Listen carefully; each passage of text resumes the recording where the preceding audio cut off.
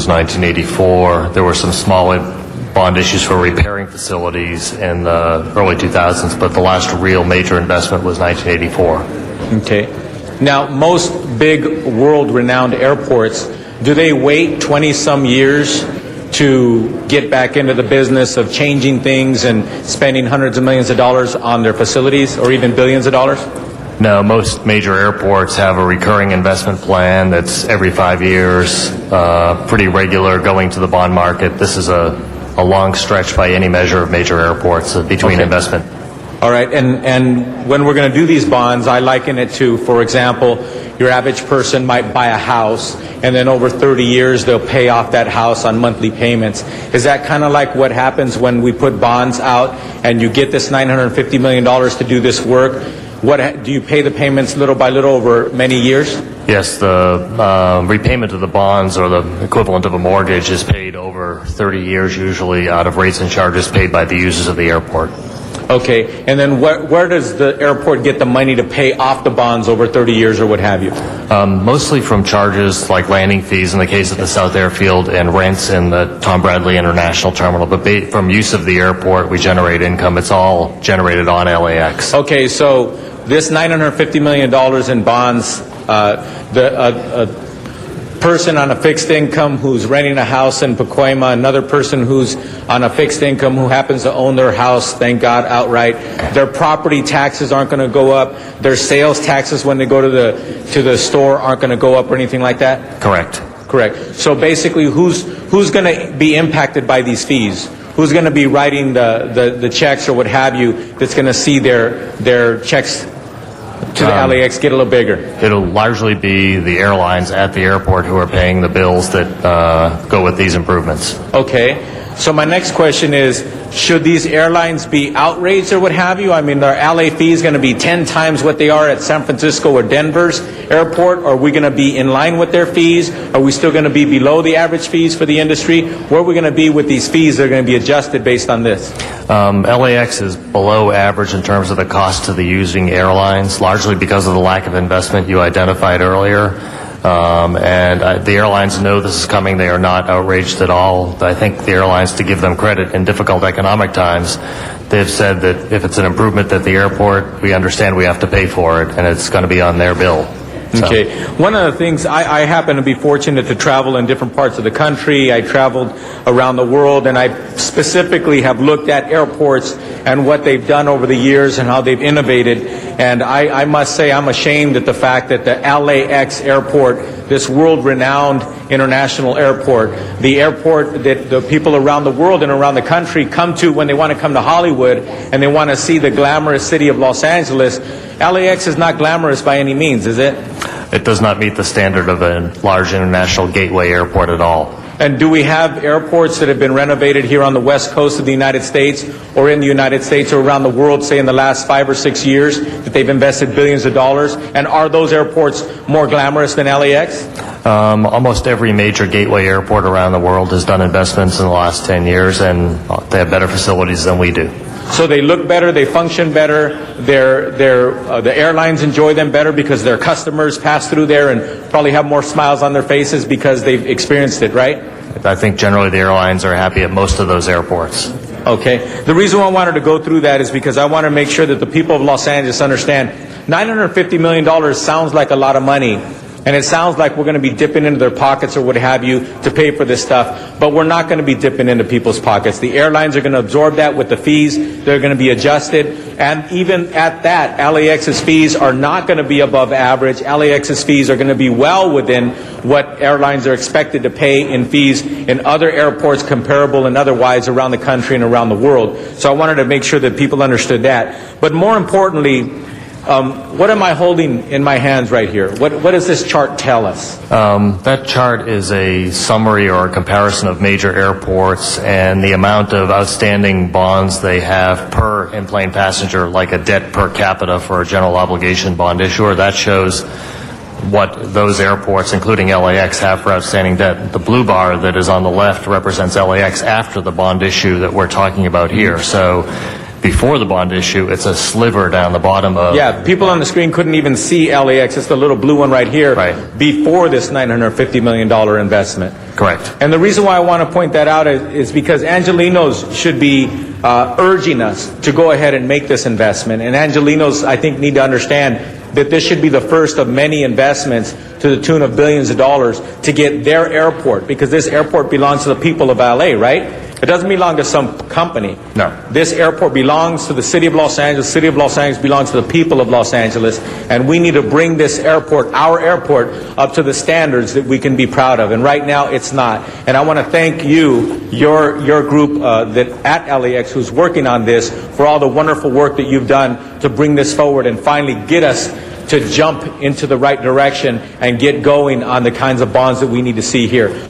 Pointing to dilapidated facilities at LAX and stating her view on why this bond issue is key for improvements at LAX, District 15 Councilmember Janice Hahn acknowledges that everyone's a little nervous about the economy and wants to know if this is a good time to go to market. I think, as Tony alluded to at the end of your first round of questioning, was that, really this is about the big picture.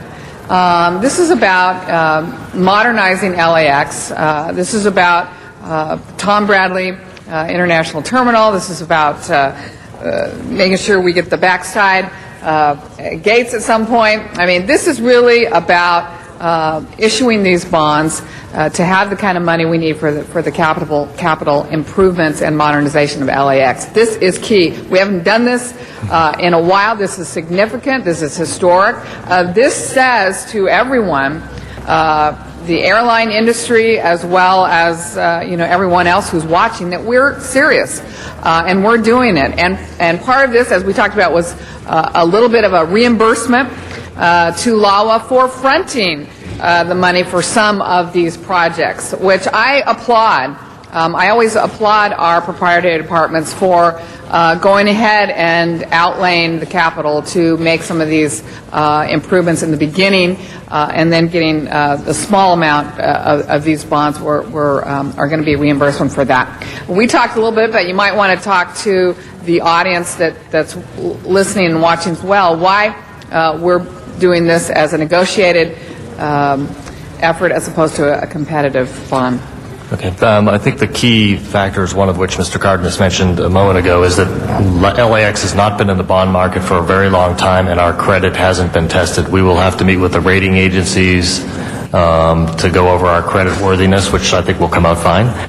Los Angeles International Airport is located in Council District 11 and is represented by Bill Rosendahl, who explains why he believes the airport is so overcrowded and why he's in favor of modernization. And the bottom line is, I'm the airport guy with Westchester and Playa del Rey most concerned about everything that goes on in LAX.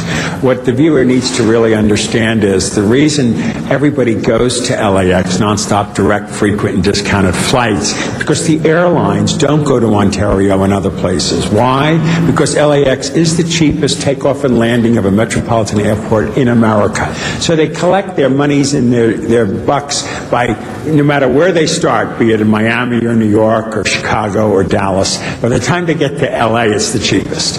And that is because we have not modernized that airport since 1983. Because when we make a project, we complete it, we pass it on in a formula sense to the airlines, and their M&O costs go up. And that's natural as part of modernization.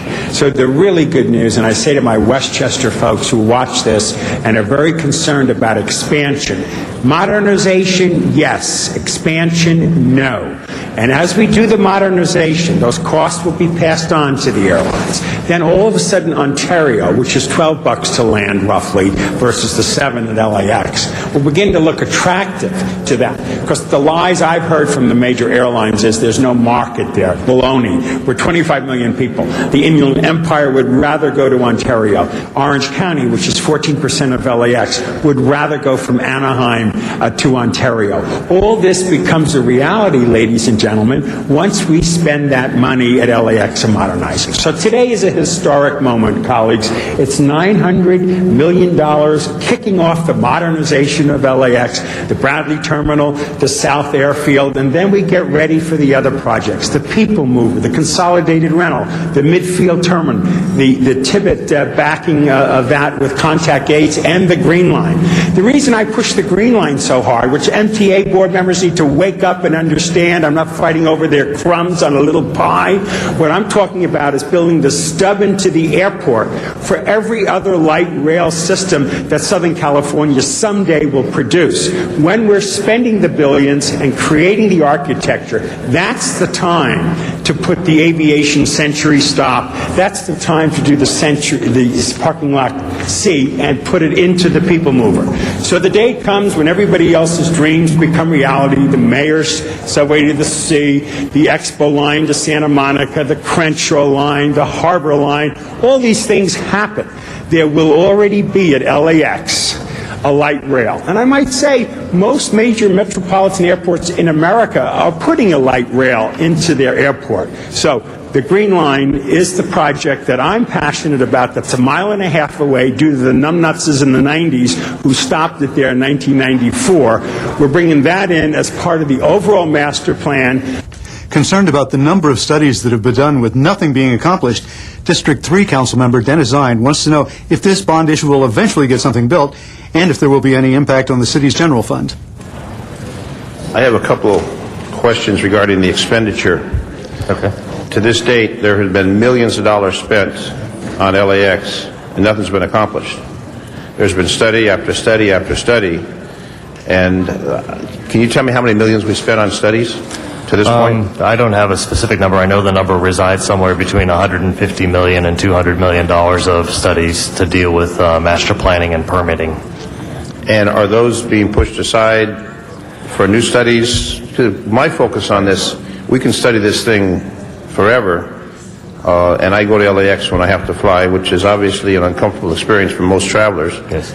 We've invested in all these studies. The consultants make a lot of money. The passengers don't see any improvement. So my concern, we're going to float these bonds, we're going to repay some, we're going to buy off some, we're going to have some money put aside. How much of that are we going to actually get to do some improvement to the facility versus more consultants and more studies and more trees torn down? The number of studies that are going on right now is pretty limited. They are simply the environmental implementation studies that get us the permits to build things. Those are the ones we're focused on right now, the project-specific environmental assessments. But there's not another round of master planning studies going on. That's done. So we're actually investing in something where we're going to see something built, something modified, something renovated, some improvement to the facility. Yeah, we are doing some of that now, but it's hard for the public to see it because it's sort of behind the wall or on the airfield. But there's more in the pipeline that we're ready to do, subject to getting these, environmental permits that we need to get. But there's not a revisitation of what we're going to build, which is what was going on during the period where the planning studies seemed to be endless. And it was a lot of people made a lot of money, as you mentioned some numbers, but for the passengers, there was no improvement seen. Also, the notes say that there's not going to be any general fund impact, that airport revenue fund obligations will not constitute an obligation to the city or the general fund, enable the Department of Airports to refinance prior revenue bonds, etc. So there's no impact on the general fund, no liability on general fund. There is none. And if something doesn't go right, it's not going to come back on the City of Los Angeles. It will be strictly up to the airport to resolve. That is correct. So you can assure, how long have you been there? Well, I've only been there since January. Did you fly in from another place? I worked in Washington, D.C. So you flew in from D.C.? Yep. What did you think when you landed? Well, I used Los Angeles a lot when I used to travel internationally, and it was not a great gateway experience. Okay, so now you're in a position to make it better. That's why I came here. All right, so we're depending on you to make it happen. Okay. Thank you. Let's go ahead and open the roll on this item, close the roll, and tabulate the vote. 12 ayes. That is approved. And I'm sure we all look forward to a more beautiful and efficient Los Angeles International Airport. Now, if you have suggestions or comments about any of the programs you see here on Channel 35, or would like to receive a free viewer guide, Call our viewer hotline at 213-473-3978. And we invite you to address the Los Angeles City Council on any item on the council agenda, as well as during public comment. You may come downtown to City Hall or go to the Van Nuys City Hall and participate via video teleconferencing. Remember, you can watch all Los Angeles City Council meetings live in their entirety on Tuesdays, Wednesdays, and Fridays beginning at 10 a.m. On Sundays, you can watch the replay of all the week's meetings, also beginning at 10 a.m. Council Week in Review can be seen Monday through Friday at 9:30 a.m. and 6:30 p.m. and Sunday at 9:30 a.m. Well, that concludes our program for the week ending June 6, 2008. On behalf of John Worthy and everyone here at Channel 35, I'm Jack Popejoy. Thank you for watching, and please join us for the next Council Week in Review. The city of Los Angeles. When duty calls, the LAPD responds. 911 emergency. How old is your daughter? She's 4 years old. Her name's Janelle. I lost my puppy. Can you help me? We have a critical missing. There is an Amber Alert, so let's look for any information you get. Pass that into the watch commander. Let's be careful out there. To fight crime and to keep our streets safe. I'd be going nuts if this was my daughter.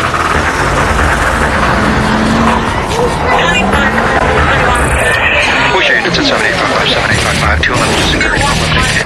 Olympic and Ardmore. Child market. Suspect family 58 West. Sorry, 5 Foster towards Olympic. Property taking use currency. Code 3. 7855 Roger. Call unit 7055 is in quick pursuit of 211 suspects southbound near the houses requesting backup. Any area that comes out militia weapons in it. Every Roman put 7965 was still.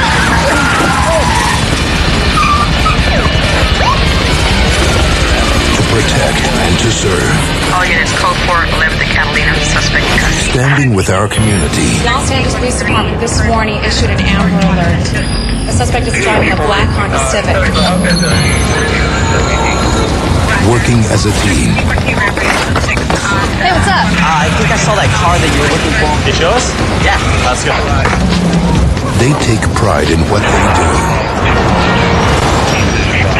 K910 code 6 on the And when duty calls, the LAPD responds. Positive on the vehicle. Roger. Last like 2 EL positive on the Amber Alert vehicle. It looks like they found the car.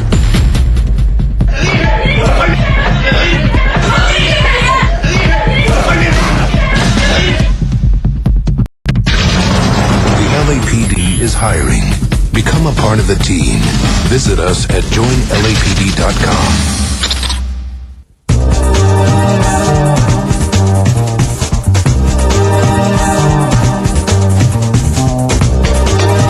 LA City View Channel 35. Your city, your channel.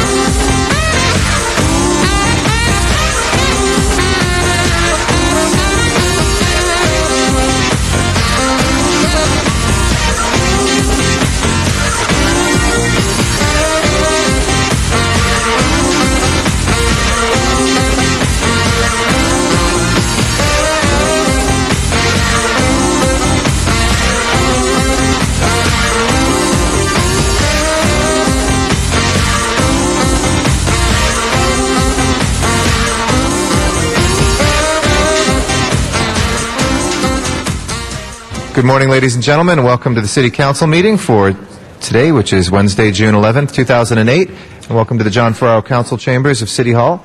We meet here every Tuesday, Wednesday, and Friday at 10 a.m.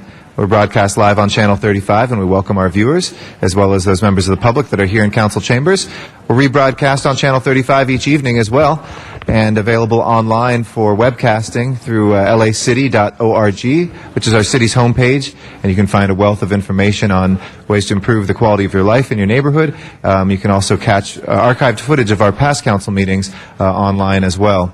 Finally, you can always listen in through your telephone by calling 213-621-CITY. That service is known as Council Phone, and you can listen to any of our committee meetings through that service as well. I want to thank the members of the City Council who are here pursuant to Council rules on time. Council members Cardenas, Gruel, Hahn, Labange, Perry, Smith, and Zine. We're awaiting one more council member to constitute 10 members or two-thirds, which would make a quorum. We are awaiting Mr. Alarcon, Mr. Huizar, Mr. Parks, Mr. Reyes, Mr. Rosendahl, and Mr. Wesson to begin the meeting. We'll begin the meeting as soon as we have one more member. In the meantime, our agendas are available online, as well as here in Council Chambers and at the City Clerk's office, 72 hours in advance or 24 hours in advance for our special meeting agendas. Those public agendas list the items that have already had a public hearing in Council or Committee. If they have not yet had a public hearing, all items can be triggered by a card from the public for an additional or a public hearing here in Chambers. Just write your name on a card in the back and give it to one of the sergeants at arms. We'll be sure to get that in the mix and to hear your comments. Also, any items that are not on the agenda, but nevertheless under the jurisdiction of the City Council, fit into what we call general public comment. And if you'd like to be heard for 2 minutes on that, also fill out a speaker card, just put public comment in the corner, and we'll be sure to hear that as well. We have Mr. Wesson here, so if you'll please call the roll, Madam Clerk. Oh, that gives us 9. And so with Mr. Wesson, we're still waiting one more. Mr. Alarcon, Mr. Huizar, Mr. Parks, Mr. Reyes, Mr. Rosendahl. If you'll please make your way down. As soon as we have one more member, we will call the roll. Thank you.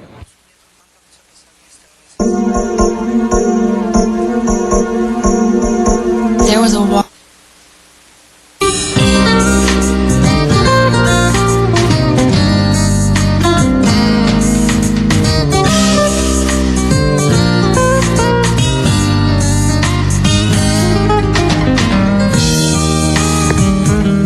It's our third and final quorum call for council members Alarcon, Huizar, Parks, Reyes, and Rosendahl.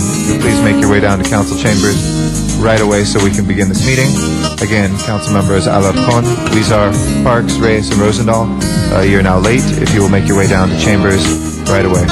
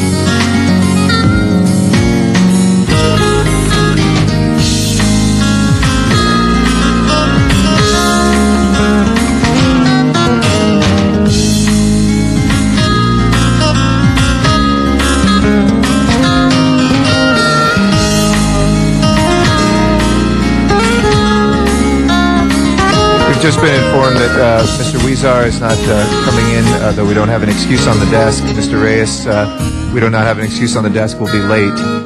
That leaves us with Mr. Alarcon and Mr. Rosendahl and Mr. Parks. If they don't show up in the next couple minutes, we will adjourn for lack of quorum.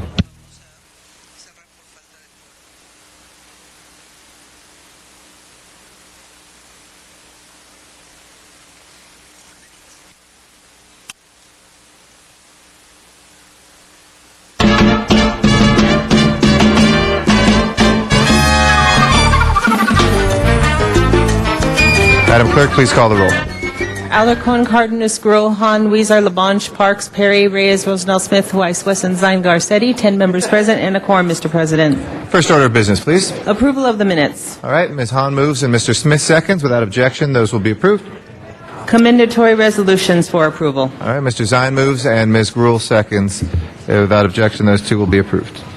On the regular agenda, Mr. President, the first items are items noticed for public hearing. Item number 1 is a building and safety confirmation of lien, and I believe there is a card on that. Okay.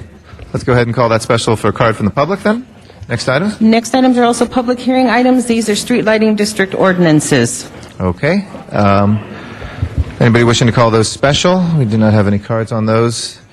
Let's go ahead and take those up. Please open the roll, close the roll, and tabulate the vote. 10 ayes. Those will carry over 1 week as ordinances. Next items, please. Next items are items for which public hearings have been held, items 8 through 28, and you have commissioners or city officials on 8 through 13. Do you wish to hold those on the desk? On 9 through 13, I think. Is that correct? I'm sorry, yes, 9 through 13. Well, let's hold those on the desk. Mr. Parks. Mr. President, could we move number 8 to committee, and we will bring, those are the longer-term issues dealing with the revenue, and we will bring back those that have already been discussed first with committee reports, and then bring back the longer range. But rather than just continue it on the calendar, we'll move it in committee and hold those until you get access to the first ones we discuss. Okay, sounds like a good idea, and nice to see you in chambers. We miss you.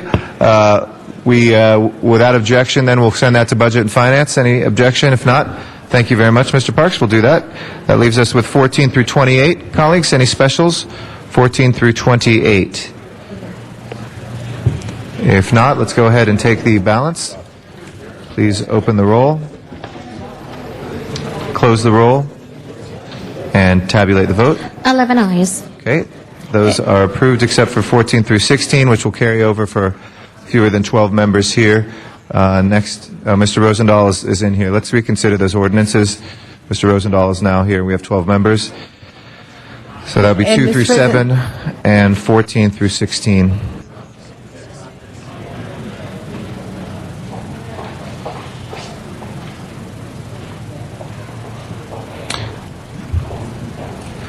Please open the roll on reconsideration, close the roll, and tabulate the vote. 12 ayes. Okay, if we can take those up again, please prepare the roll and tabulate the vote. 12 ayes. Okay, those ordinances will be approved. Next items, please. Next items are items for which public hearings have not been held. Items 29 through 45, 10 votes are required for consideration. Okay, we have 2 commissioners on the table, 29 and 30. Other special items, 31 through 45. Do we have cards from the public on any of those? Yes, I believe there are cards on, 29, 31, 32, 33, 35, 40, and 45. Okay. We'll open and close the public hearings on the others. Mr. Cardenas? 33. 33 for Mr. Cardenas. Mr. Rosendahl? I was kind of screaming running in here. 20 and 21, I know you just went through it. Okay. We'll reconsider those in a second. Okay. Thank you. Any other specials, colleagues? If not, if we can take up the balance, that's 34, 36 through 39, and 41 through 44. Please prepare the roll and tabulate the vote. 12 ayes. That is approved as well. Next items. Is that continuation? Yeah, continuation. Yes, on the item. continuation page, item number 46 is an item notice for public hearing. Okay. Do we have a card from the public on that? No, there are none. We'll open and close that public hearing. And please open the roll on 46. Close the roll and tabulate the vote. 12 ayes. That is approved. If we can take 20 and 21 for reconsideration for Mr. Rosendahl. Please open the roll on reconsideration. Close the roll and tabulate the vote. 12 ayes. Okay. That is back before us. That will take us to general public comment, which is for items that are, again, not on the agenda, but nevertheless under the jurisdiction of the council. I'd like to remind everybody that there's 2 minutes per speaker. We try to keep it as constant as possible for each speaker, and there's a clock to help guide your time and a code of conduct up there as well. If we can ask James Ota to come forward, he's our first speaker. After that will be Zuma Dog. And if I can ask folks to please keep their conversations to a minimum, and if I can ask the sergeants at arms for their assistance as well. Thank you, Mr. Oda. President Garcetti, City Council members, and staff. My name is James Oda, Oda Trucking, Harbor Truckers for a Sustainable Future. CAP is not about cleaning the dirty air caused by diesel engines that health problems. Neither is it replacing all the harbor trucks to help clean the air. Most of the articles you read about CAP are written by union riders talking about the owner-operators driving diesel trucks that are not making enough money. Owner-operators have a choice on how to earn a living, and if they can't make enough in the harbor, they will work somewhere else. We all have choices. We don't need to be forced into something the union wants to replace all of us. We are independent companies trying to earn a living. Less than 30% of national companies are union. The rest of companies are independent. To have concession on union employee drivers in the harbor is all about giving our jobs to the union. Is everyone on the city council union employees and not independent members serving the public? From the mayor to all the city council, is everyone union and supported by the union? I hope these election times comes around, the entire non-union people vote for other people to serve the city council and with the public with open minds and a clear conscience. To serve the people of Los Angeles should be people that are not tied to the union or for support. Have people in all department heads be elected or nominated for being the best qualified, not being elected because of relationships. This council is a true council serving the public, not the union. Only then may CAP be for cleaning the air, replacing all the harbor trucks by 2012 with 2007 engine models and newer. And no retrofits, no concession, no union employee drivers. Compare the NOx emission to LNG trucks to diesel trucks. On the money given to the ports for replacement, make the ratio of diesel trucks to LNG trucks for their cost and not by diesel to LNG. We can all do our share to help clean the air, help replace all the harbor trucks by guaranteeing the loan made to the owner-operators with low interest on the balance and to repay the city for this guarantee. Yes for clean air, no for concession union drivers. Thank you. Thank you very much, Mr. Ota. Zuma Dog is our next speaker. After that will be Lucy Caruso. Yes, thank you. Good morning, City Council. Good morning, City of Los Angeles. First of all, I'd like to tell everybody that there has been a water supply alert issued, and that's a week after the governor has declared a statewide drought. I say we got a big problem with a lot of the density. It's no joke with the track maps. You have to really consider the fact that water is a real problem. Yesterday's council meeting, and I have video of it that will be available on ZoomaTimes.com. And I hate to have to call out council members and whatnot, but at the Van Nuys meeting yesterday, there were 11 members. However, Councilmember Cardenas was in his office having a meeting in his field office, not off to the side adjacent room. And we have that. I walked into his office and they told me he's in back having a meeting. And then I saw him come out of the office. And unfortunately, in this technological era, it was captured on the ZoomaCam. The problem is, Councilmember Alarcon so he was not in the adjacent room, and Eric Garcetti followed up and told me that Cardenas said he was in the side adjacent room, and I said, well, what if he wasn't? So we're here to say he wasn't. So the problem is Alarcon had to recuse himself for one of the votes. That drops it down to 9, no quorum. And I'm not here to say we got to reconsider the whole meeting and all of that, but just let's say that in this new technological era and with people that know Zuma Dog and tap them on the shoulder and say Cardenas hasn't been to the whole meeting, let's respect the community. They could very easily just reconsider it all, but they didn't have a quorum on a very important reappointment. So let it be known for the record that you can't get away with this stuff. Thank you. There's a neighborhood council election that is tomorrow. Please come out and vote. We've got citywide for presidents and board members, and I believe that there's a lot of problems with the clerk taking over. But for now, we have in Lincoln Heights, I would like Ed Reyes to please support Hugo Pacheco for Lincoln Heights president, and in Boyle Heights, Jose Aguilar as president to be working with the council members. It's urgent. Thank you very much. ZoomaTimes.com. Thank you, Mr. Dog. Lucy Caruso is our next speaker. After that will be Arnold Sachs. Good morning. I have an unusual request or something. I'm a recycler, and I owe back to. Yeah, if you could just speak a little bit louder, I think that'll help us hear you a little better. There you go. Go ahead. This is a little bit of an unusual request or something. I owe back taxes, right? and so I pay with my recycling money. And then they write back and they want to know who my employer is.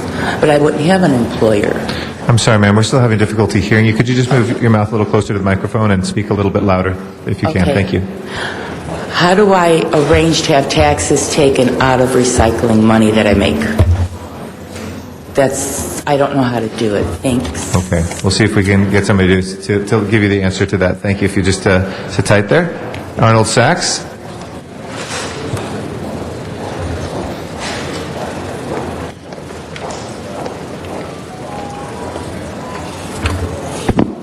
Shalom, council members. Just practicing for your trips when you go to Israel, if you're going. Very quickly, the travel and plans. It's very interesting. Thank goodness that you found that $95 million to help balance the city budget so you didn't interfere with your summer travel plans. But I was going through some paperwork, and there was a couple things. There was this article from August 11th detailing the mortgage meltdown. And there's an item from your council agenda, another item from a May 3rd, 2008 LA Times article.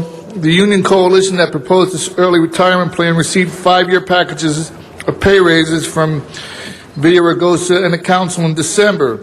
Those raises are expected to cost the city roughly $255 million by 2012.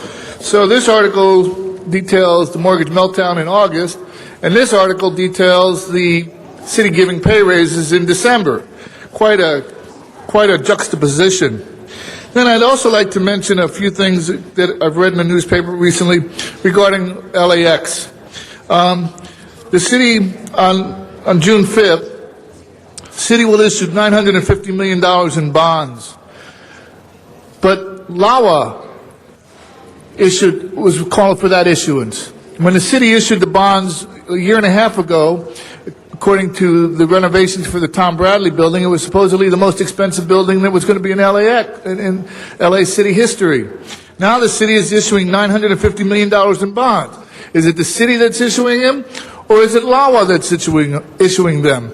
There's a big difference between the two, as LAWA is a discretionary, it's not a regular city agency.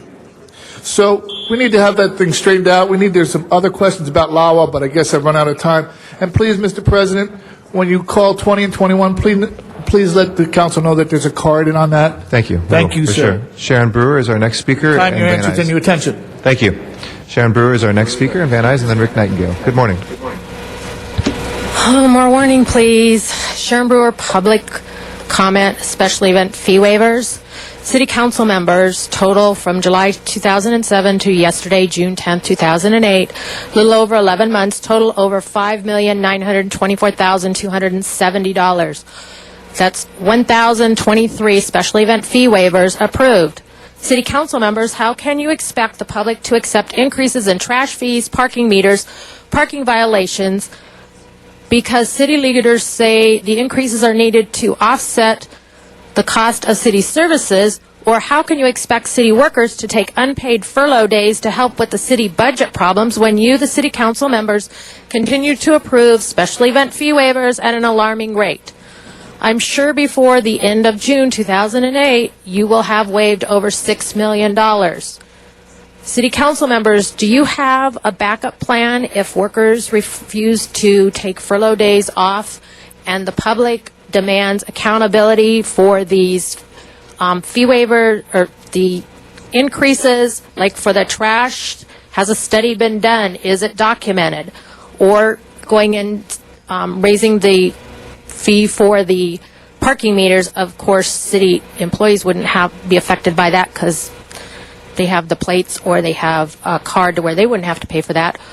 Or any of the increases that you are proposing, I wouldn't really count on this extra money in that, again, the public could take and demand the proof that these increases are in fact to be for full cost recovery. Also, I can hear the translator person. The other thing that I want to talk about is yesterday None of the votes were recorded on the screen at all. I don't know how you deal with that, but it wasn't there. Thank you.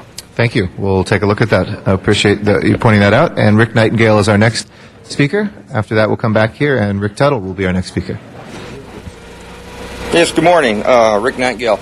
I would like to thank Mr. Alicon for coming up and approaching me, and we had a very nice discussion. I really appreciate you coming up and introducing yourself to me, too, please.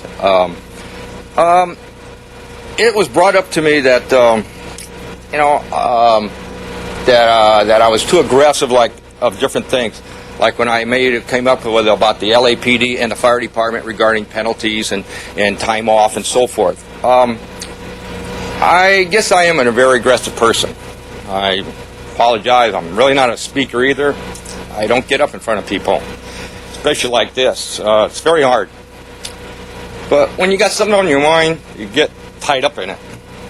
And like I said, I'm a very aggressive person. I'm used to running my own life, my own business.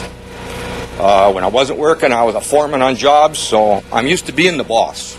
It's kind of hard to be not the boss here. And I just want to bring that up to the council that I don't mean to be aggressive to you people, but things bother people, especially like me. It comes to my heart. So, as you can tell, the drag racing thing is a very thing to me, and I'd like to talk to somebody about it. So, the council person on there knows where I am on it, and I would like to discuss this, and I hope it's just not shoved under the counter on it. I'll get on the website. I just barely bought a computer, so as you can tell, I wouldn't be that experienced getting on your computer and getting everything, but I'll do it. Thank you. Thank you very much, Mr. Nightingale. Our next speaker is Rick Tuttle.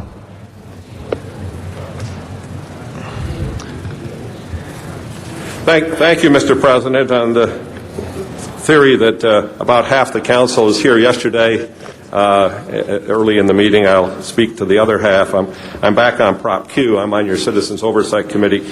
Briefly, there are 5 major points to make. One is the project is going well, and it was called special today thanks to Mr. Rosendahl, and you'll hear more about it. But there are some areas of concern. One is, in our opinion, the Citizens Oversight Committee, the fire department's renovation program is not proceeding as rapidly as it should.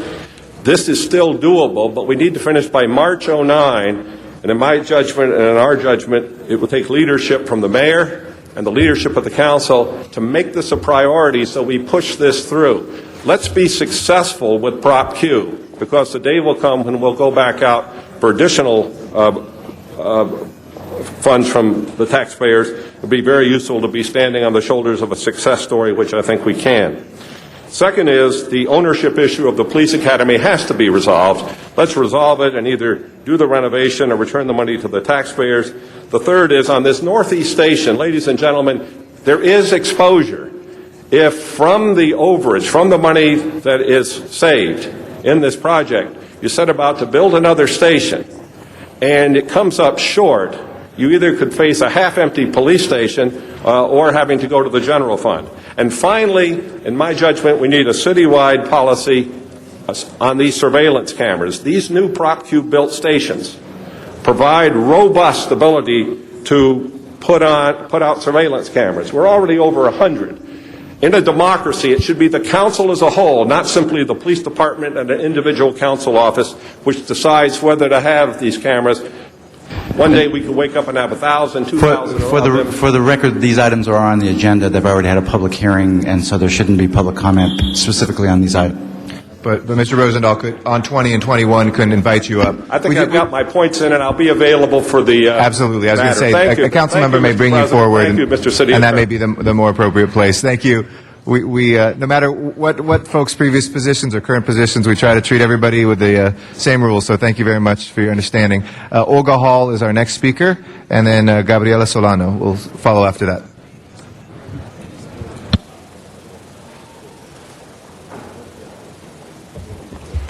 Good morning, members of the council.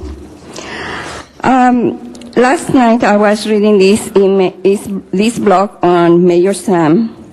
The Southwest Museum was a collapsing wreck condemned for earthquake safety violations and too old to be fixed.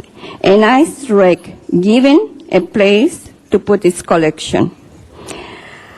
This needs to be clarified by the Autry. If the Southwest Museum building was in such a wreck as Autry propaganda keeps claiming to be the truth, then it would show that the Autry has no concern for human life by putting their staff and the public in such a dangerous situation.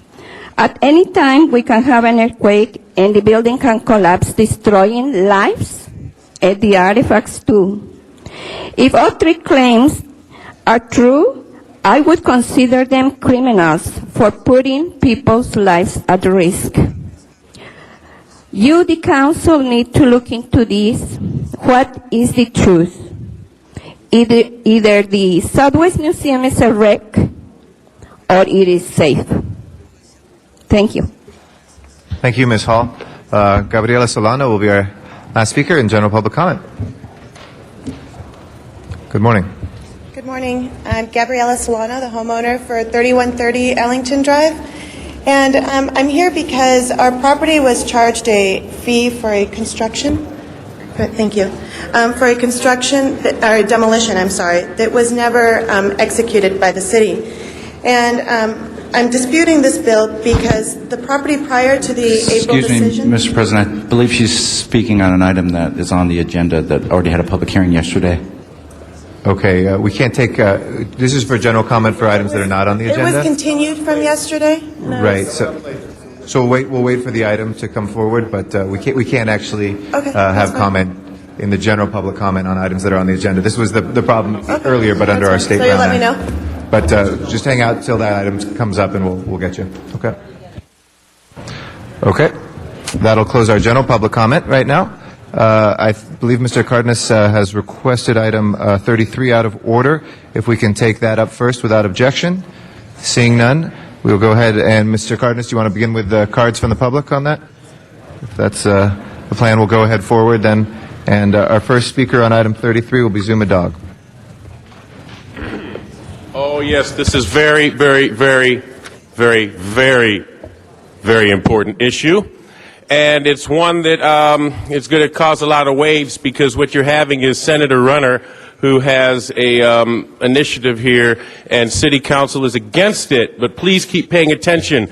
It's going to sound like City Council is against cracking down on youth gang violence and whatnot with this, and they're going to take a real hit with the AM talk radio crowd. However, I was just provided a fact sheet, and I think it might be not the goal to be accomplished, but by the method in which this Senator Runner initiative is very conservative, and a lot of people will support this much. Let me just read the fact sheet here. It will direct billions of dollars to prisons, probation, and $1 billion and whatnot at the local and county government expense. And if I could have quiet on the right, Sergeant of Arms, please. It removes community alcohol, drug treatment, and mental health groups instead of... I'm sorry, maybe when Council Rosendall's done. I'm serious. I can't do public comment when somebody's speaking in my ear at arm's length away. And this is something that's very damn important. If you can please This continue. affects Venice. You know the gang Mr. violence Dog, in Venice? if you'll please lower your voice. Yeah, Noted well, that, and if I you'll wouldn't continue. have to if this, okay, Mr. so Dog, you know what? Take there's a the hit second warning. yourself. City Council is against Dog? this. It cracks down on gang violence, and Sir. it cracks down on that, and the council's against it, and now I can't talk about why. You still have 30 seconds left if radio, you'd like to have a talk fun. to this. Okay. Thank you, Mr. If you have a few seconds left, if you'd like to say anything else on this. Okay, Mr. Lisa Adler is our next speaker. After that will be Peter Biebring. Good morning. My name is Lisa Adler, representing the growing statewide coalition to defeat George Runner's initiative, which includes Congresswoman Barbara Lee, Assembly members Joe Cotto and Sandre Swanson, Dolores Huerta, the California Teachers Association, as well as dozens of faith-based community, legal, education, and labor organizations, such as the ones present here today. I would like to thank Councilmember Cardenas, Parks, and Garcetti for providing the leadership in introducing this resolution to oppose the Runner Initiative, and we urge the entire City Council to stand with them and approve this resolution today. By doing so, Los Angeles would be the first city in Southern California to take the important step in opposing this very dangerous proposition, joining Berkeley, San Francisco, Richmond, and Oakland. By approving this resolution, you will be sending a clear message that this city does not believe in exploiting people's fear of crime in order to justify the erosion of civil liberties and civil rights. A message that further draining vital resources from the state's general fund is unacceptable. A message that to solve the overcrowding and crisis in our prisons and jails cannot be done by increasing penalties, and a message that we do believe in second chances for our young people. Senator Runner claims that this initiative includes prevention, but let's be clear about this. Out of the projected $1 billion that this initiative will cost the state the first year, only about 3% will go to so-called prevention, and even what is considered prevention is questionable. It includes an increase in aggressive supervision of parolees, including warrantless searches, which will result in more parole violations. It calls for funding for a commission to assess intervention programs, but no new funding for new programs. And the only prevention programs it funds are the ones that are led by law enforcement. On top of this, all community, drug treatment, and mental health groups, those that understand the needs of our youth the most, would be immediately removed from local juvenile justice decision-making bodies. We urge you to oppose the Runner Initiative by supporting this resolution and working with us to actively campaign against it. Thank you. Thank you very much. Peter Biebring, and then after that will be Johnny Dosha. Good morning. Good morning. My name is Peter Biebring. I'm a staff attorney at the ACLU of Southern California. The ACLU applauds City Council for taking this step today and strongly opposes George Runner's Safe Neighborhoods Act, which is a catalog of regressive changes to our criminal justice system that this city knows all too well are not the right way to address crime and gang violence. Of foremost importance, the initiative would channel nearly $500 million a year towards prisons and suppression, reducing funding for the education budget and the general fund out of which gang prevention and intervention measures can be paid. This city has shown great leadership in recognizing the value of prevention and intervention in addressing urban crime. We can't let this initiative rob that for prisons. In addition, the initiative would remove kids as young as 14 years old from the rehabilitative focus of the juvenile system and try them as adults and sentence them to state prisons for any gang-related felony. Make no mistake, although this is addressed to gang-related felony, second offense tagging of a juvenile of 14 years old could end that juvenile up in Men's Central Jail downtown for trial as an adult and sentenced in state prison. In addition, the initiative would increase penalties for a wide variety of crimes, including civil gang injunction violations like association with other suspected gang members, vandalism.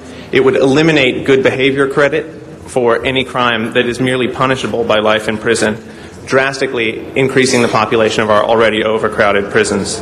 It doesn't make LA's neighborhoods safer to throw more and more young men of color in jail, to spend billions in prisons at the expense of schools, colleges, health care, and job programs, and to try 14-year-olds as adults and lock them in state prisons. Thank you.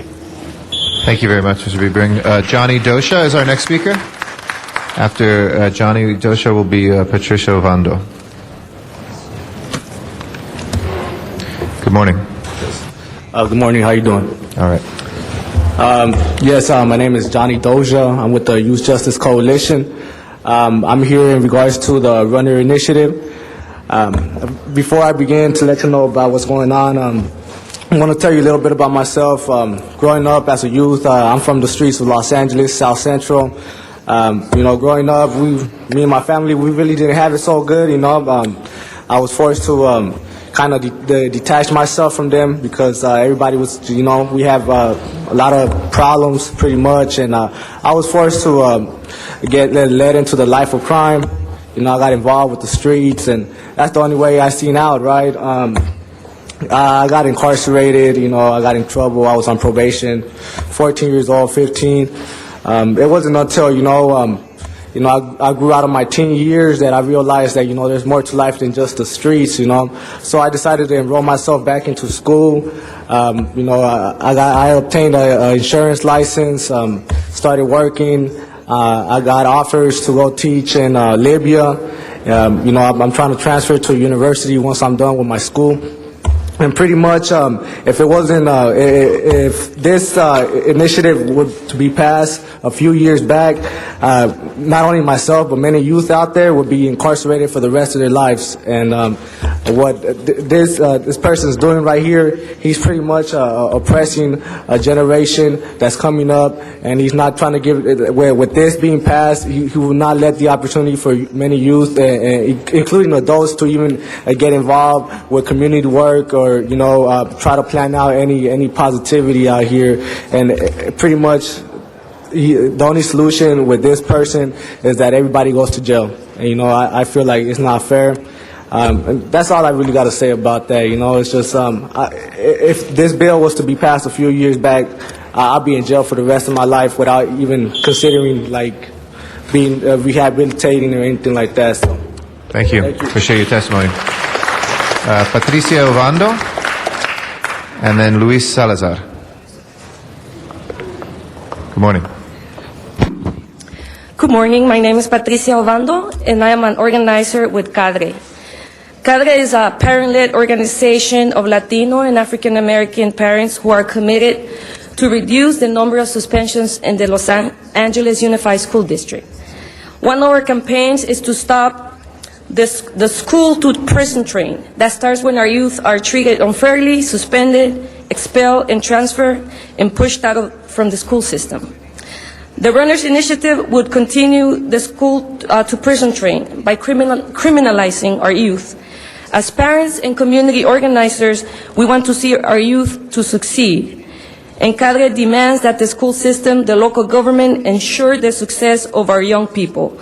We need to stop the Runners Initiative. Thank you. Thank you very much. Luis Salazar is our next speaker. After Mr. Salazar will be Gloria Farias. Good morning. Good morning. I'm Luis Salazar, and I'm here to talk about the running law, because to me, I think it's unfair right now, and I think it's unfair to a lot of people, because if this law passes, there ain't gonna be no second chance for youth and for adults. And they'll probably just end up being in jail for years, or maybe for the rest of their lives. And even for little things too, they're making into big things. It shouldn't be that way. Anybody deserves a second chance. Because if it wasn't for a second chance, then we'll never. Damn, man.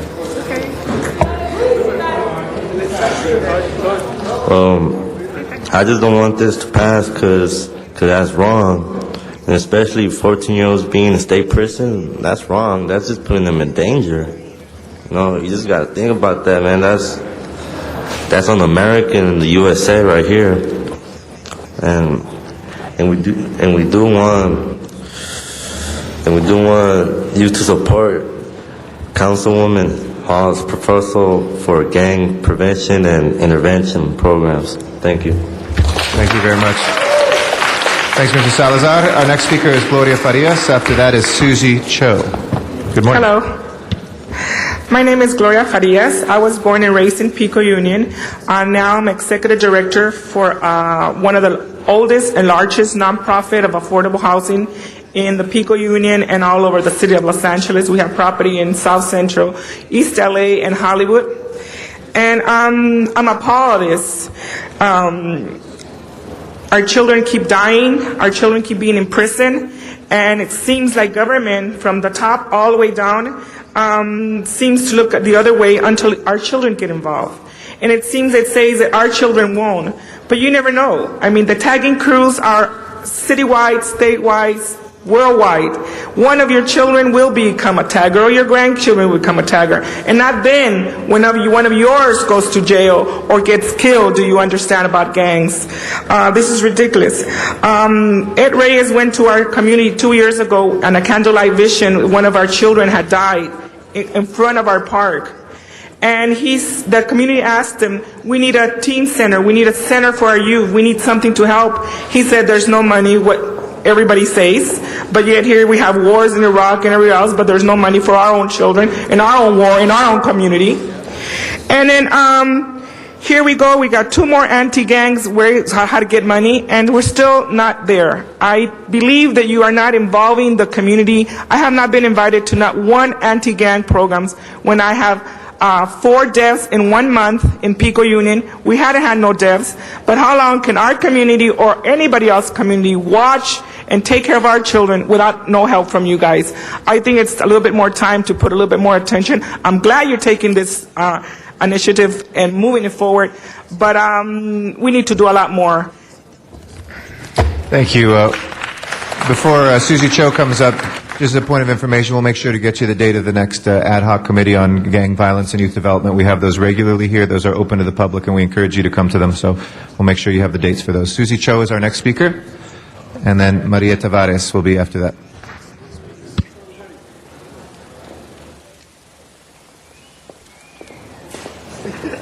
Hi, my name is Susie Cho, and I am here on behalf of all the teachers that work endlessly in the city of Los Angeles to provide resources, mentor, teach our youth to actually go out and become productive citizens of Los Angeles. And I believe that through education, that our children can have better futures.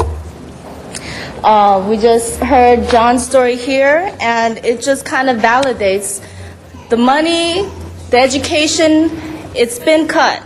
And it's been cut over and over and over again. And this Runner Initiative is just one more thing that the city, the state, federal will be able to dip into education to go and build more prisons, provide all this money to lock up our youth, but that's not the answer. You know that's not the answer. Statistics have shown. In your heart, you know that's not the answer, not long-term answer anyway. Without the Runner Initiative, we already have the highest dropout rate compared to other countries, to other states. We're already number 1 in school spending. Oh no, we're number 47 in school spending. In the 1970s, we were number 1 in school spending. We were at the top with test scores and school achievement in the 1970s. What has happened since the 1970s? Now, we're number 47 in school spending and one of the lowest in test scores and achievement levels with our youth, especially in the city of Los Angeles. I encourage you to stand with us, to stand with your constituents, to stand with your people today to defeat the Runner Initiative and to help us turn this trend around for lockup and suppression. Thank you. Thank you. Maria Tavares is our next speaker. After Maria Tavares will be Lisa Leon.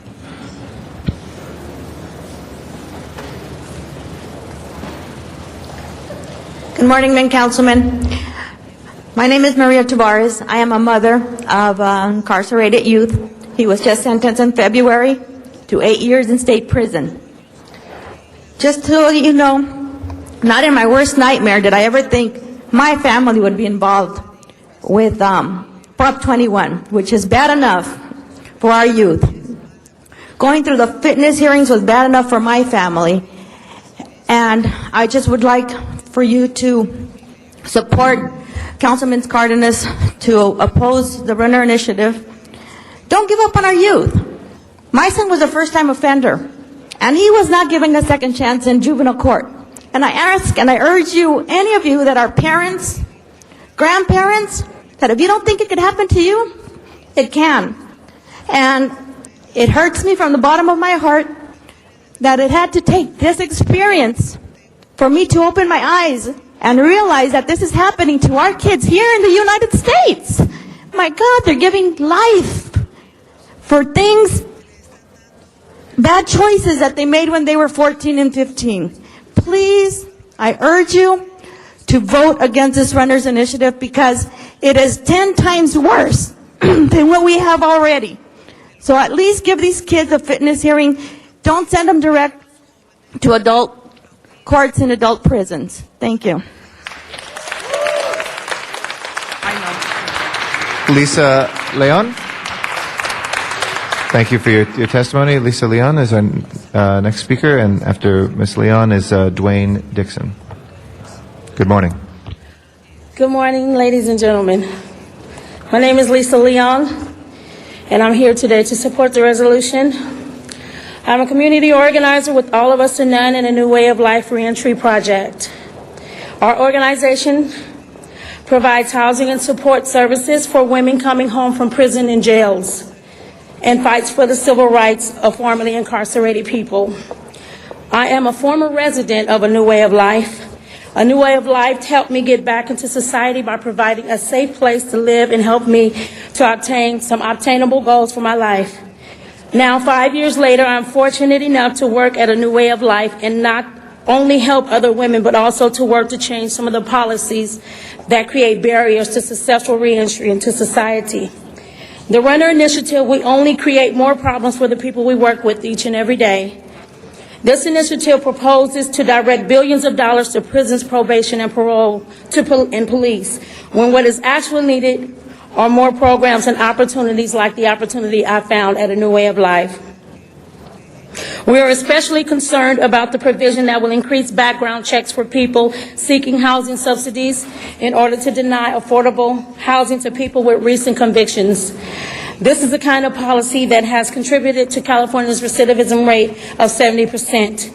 I hope you will vote in favor of this resolution and join the community in finding real solutions that will reduce recidivism, improve public safety, and increase successful reentry. I am now a California State student at California Baptist University studying for my bachelor's degree in political science. If it wasn't for A New Way of Life, I would not have had that opportunity. Thank you. Thank you, Ms. Leon. Dwayne Dixon is our next speaker. After Dwayne Dixon will be Sadeka Shabazz. Good afternoon. My name is Dwayne Dixon. I'm here in support of the resolution of the Runners Initiative, and as a member of All of Us or None organization, as well as MamaHillsHelp.org, I stand here to be presented to you as a role model for our youth. Through my experiences in life, I have a CDC profile. I have a C file that's so thick. After my last term of incarceration and me experiences in the 3-strike term, I was a second striker. I became more involved in trying to be of support to my community. After losing my mom in prison, my brother being incarcerated, and I having a son, a baby boy. So I wanted to be a role model to my son. I got involved with the FACTS organization in 2003 as an outreach chairman and inside FACTS organizer, and through my experiences with them, I started working with other organizations here in the community, such as Community Call to Actionability, Ceasefire Unity 1, and I met Mama Hill, MamaHillsHelp.org. We have a website, toolatefortimeout.info, which is a parent's guide to at-risk youth behavior science. How many of you believe in the theory it takes a village to raise a child?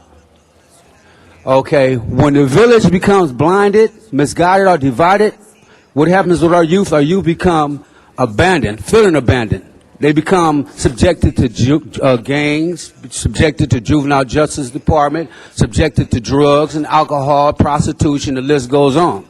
When the village is blinded, misguided, divided, whose fault is that? That's our fault, not our youth. Don't target our youth with this Runners Initiative. We have Mama Hills Help Incorporated. We mentor our youth, we tutor our youth, we have a life management skills curriculum that we offer our youth, and our youth they improve in their grades, they graduate from school, and they get jobs. Our youth not out there feeling abandoned in our program. And some of you need to check out toolatefortimeout.info. Thank you. It'll keep our child becoming part of the juvenile justice system, when 9 times out of 10 they will become a part of a dope program. Thank you. Thank you, sir. Appreciate your testimony. I know we called on Sadeka Shabazz. We've passed our 20 minutes, but we still have a number of other cards. Mr. Cardenas, would you like to extend a little bit? Yeah, if we can extend it another 10 minutes. All right, what we'll do Hopefully is for the remaining cards after you, Mr. Baz, we'll take 2 minutes because that'll be the end of those 20. We'll go to 1 minute per speaker, and our apologies, but it's a way of extending the hearing beyond and making sure everybody gets their voices heard. Okay? Mr. Baz. Okay, thank you. Good morning. My name is Sadaka Shabazz, and on behalf of the Children's Defense Fund California, I'd like to thank the council members for hearing my testimony today. I'd also like to thank council members Parks and Cardenas and Garcetti for offering leadership on this very important issue. The Children's Defense Fund has worked for over 35 years to protect and improve the lives of children through policy advocacy. And as experts on policies that affect the lives of children, the Children's Defense Fund California stands in strong opposition to the Runner Initiative. The Runner Initiative will unnecessarily criminalize our youth at younger ages and divert critical resources away from prevention and early intervention. The research tells us that prevention and early intervention are sound policy because they reduce crime and community violence. But more importantly, prevention and early intervention produce strong and capable youth who stay away from crime, drugs, and gangs. Investment in prevention and early intervention also leads youth on a path to successful and productive adulthood as opposed to paths to the criminal and to the juvenile and criminal justice systems. In 2003, California spent over $28,000 per prisoner, but only about $7,500 per public school pupil, which is a 4-to-1 ratio. In 2006, California arrested over 232,000 juveniles, which is the equivalent of more than 600 juvenile arrests each day of the year. Instead of prioritizing spending to prevent youth from entering the juvenile and criminal justice systems in the first place, the Runner Initiative proposes even more spending on California prisons and policies that funnel our youth into those prisons. Now, we've done the research and we know what it takes to prevent youth from being lost in the prison pipeline.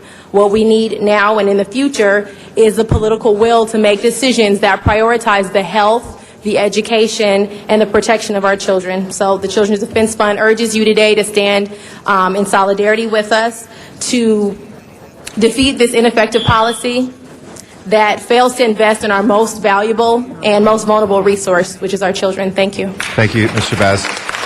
So we'll set the clock for a minute for the remaining 8 cards that we have. Jerry Silva will be our first speaker, and then Jimmy Thompson. And thank you for your understanding with the time. We appreciate it.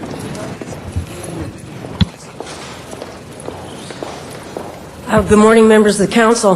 Here we are again, offered another non-solution to the, gang problem that is blown up to be the biggest problem we have. It's a non-solution, not come from the people. It didn't come from the people. It was funded by a billionaire. A billionaire that's a drug user, a witness intimidator. You all have heard about Henry Nicholas III. He does not mean well, and if it passes, I can only hope it applies to him. Well, we came to this council about 3 weeks ago with the Youth Justice Coalition with some concrete proposals to deal with this issue of crime and the killings that are taking our children. And that had to do with 500 gang intervention workers. Critical if you want to deal with the problem. Youth centers in every community. These are such easy and humane and right solutions. It doesn't make sense, not to implement them. And finally, we need jobs. Did I really go over my time? That was a minute. I'm sorry, Jerry. Oh, my Thank you, though, goodness. very much. You know we need jobs for everyone, especially those on the gang database. Thank you very much.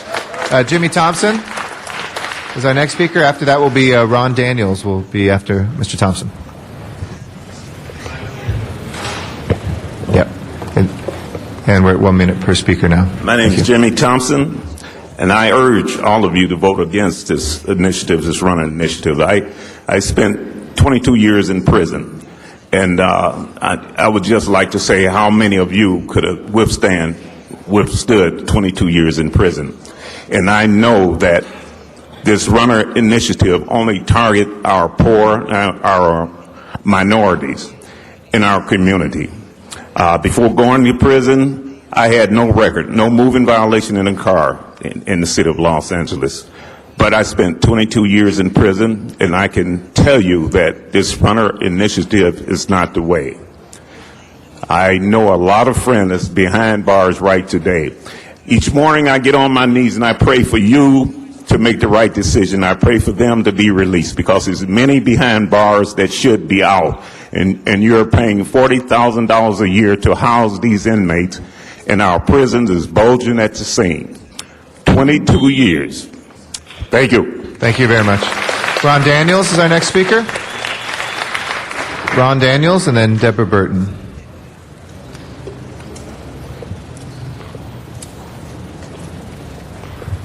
Ron Daniels, Association of Retired Black Probation Officers.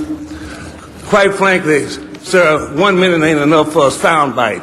And I'm not going to stand up here and try to make my case here. My question, however, is to Chief Parks. Where was Chief Parks, who is the co-sponsor of this resolution, when he was chief of police and he could have used it as a bully pulpit to address and draw attention, national attention to these issues? I'll tell you where he was at. He was playing politics, just as he's playing politics now. Where was Chief Parks when there was a need for funding for after-school programs, prevention programs, and intervention programs? Well, he was playing politics. Where was old Bernie when there was a need for someone to speak out on disproportionate minority confinement and confinement of our I don't believe youth that's in prison? related to this issue. Thank you. Yes, Mr. LaBonge? Thank you. Deborah Burton is our next speaker. If we could ask folks to keep their comments to what's right before us, that's what is germane. General public comment, you can make more general comments on. Thank you. My name is Deborah Burton. I'm with the Los Angeles Community Action Network. I'm also an organizer with them. You talk about loss of resources, lack of resources in every area of our city. But you're talking about a waste of resources when you take money, depriving our youth of programs to prevent them from minor infractions. You talk about a lack of resources or loss of resources to incarcerate youth. We're talking about children that are doing minor infractions and putting them in jail for the rest of their lives. You look at the author of this this initiative. He is the author of the Three Strikes Law. We know what that led to. We have people in jail for stealing a pizza. The issue is defeat the Runner Initiative. Save our youth from spending the rest of their lives in jail. Have you ever thought about when they do get out what their life would be like? Thank you very much. Lucila Esguerra. Lucia Esguerra, and then Noreen McClendon.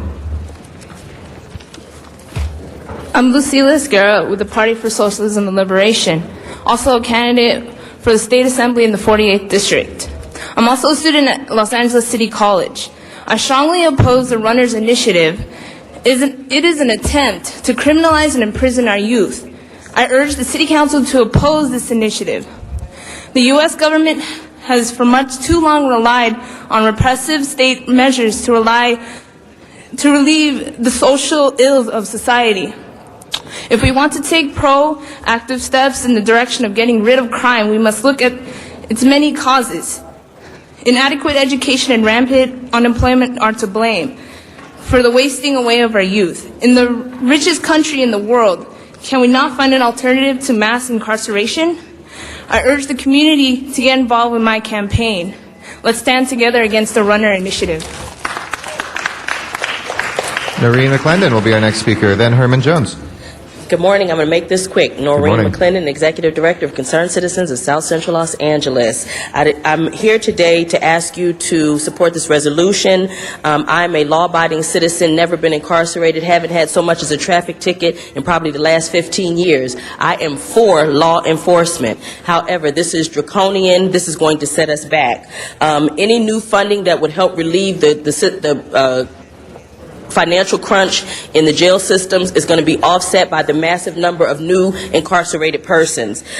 This is politics. This is the quote-unquote tough-on-crime rhetoric. This is not new. This is not going to help anybody. This is only going to hurt us. We need to invest in kids. We spend billions of dollars a year to look young, but we hate our children. We fail them in education. We fail them in housing. We fail them in after-school programs. We fail to fund Parks and Recreation. We've studied this problem. We know what the solutions are. I encourage the City Council to have the courage today to stand up and say enough is enough and this is not good for California. Thank you. Thank you very much, Noreen.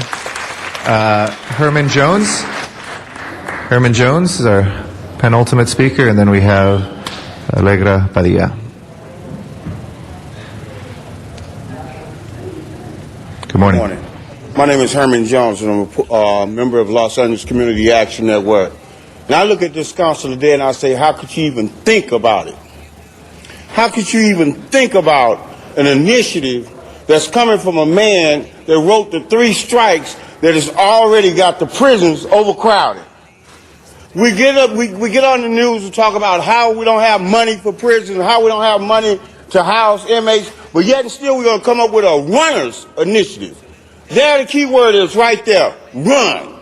Are we going to run from our youth again instead of standing up and fighting for them and saving our communities, not by putting our youth in jail and in prison, but putting some resources there for them? These are good basketball players. They're good football players. They're good hockey players. They're good kids.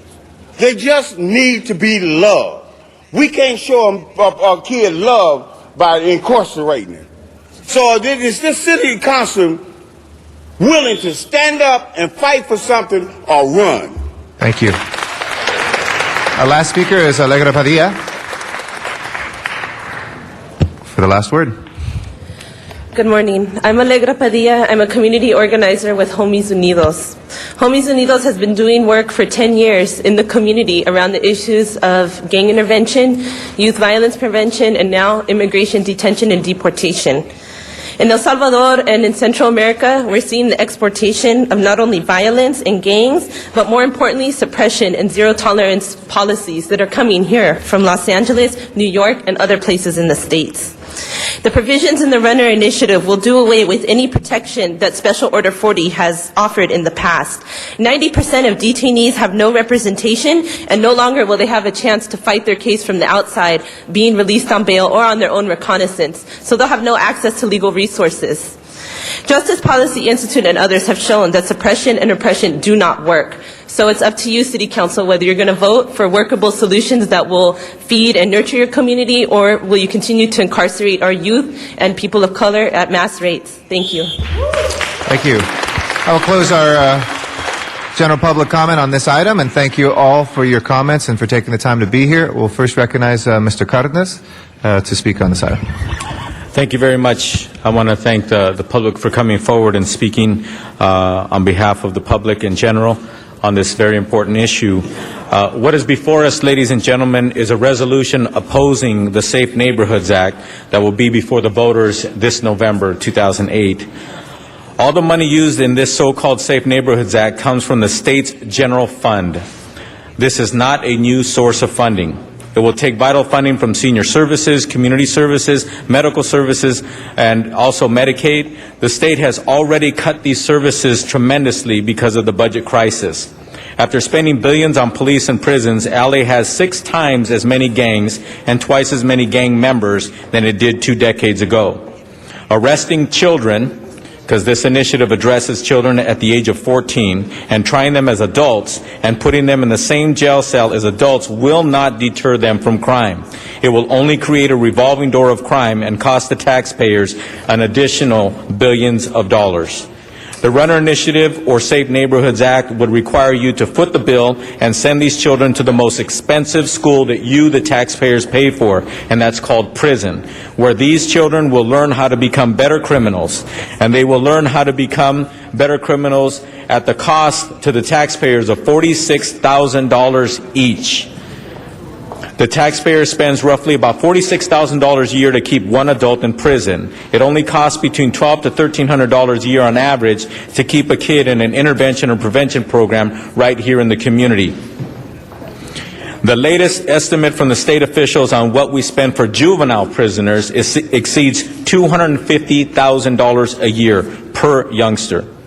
The Safe Neighborhoods Act will make it mandatory for all teens starting at the age of 14 to automatically be tried as an adult if they are convicted of any gang-related felonies, even if they are not actual gang members. And these felonies include nonviolent crimes. For example, there are laws on the books that if a kid is caught selling illegal DVDs, that is a felony, and they can be sent to prison as an adult for that crime under this initiative. So I think it's important for the voters to be aware that this initiative does not address the issue directly of juvenile crime or community safety. This initiative will deny kids an opportunity to reform their lives. It cuts funding for vital gang prevention and intervention program and spends billions of dollars of taxpayer money making sure kids are forced to share jail cells with adult criminals.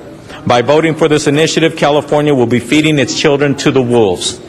This archaic initiative actually increases crime by locking up kids without giving them rehabilitation, then releases them later to become the only thing they have been taught to do while in prison, which is to become a criminal.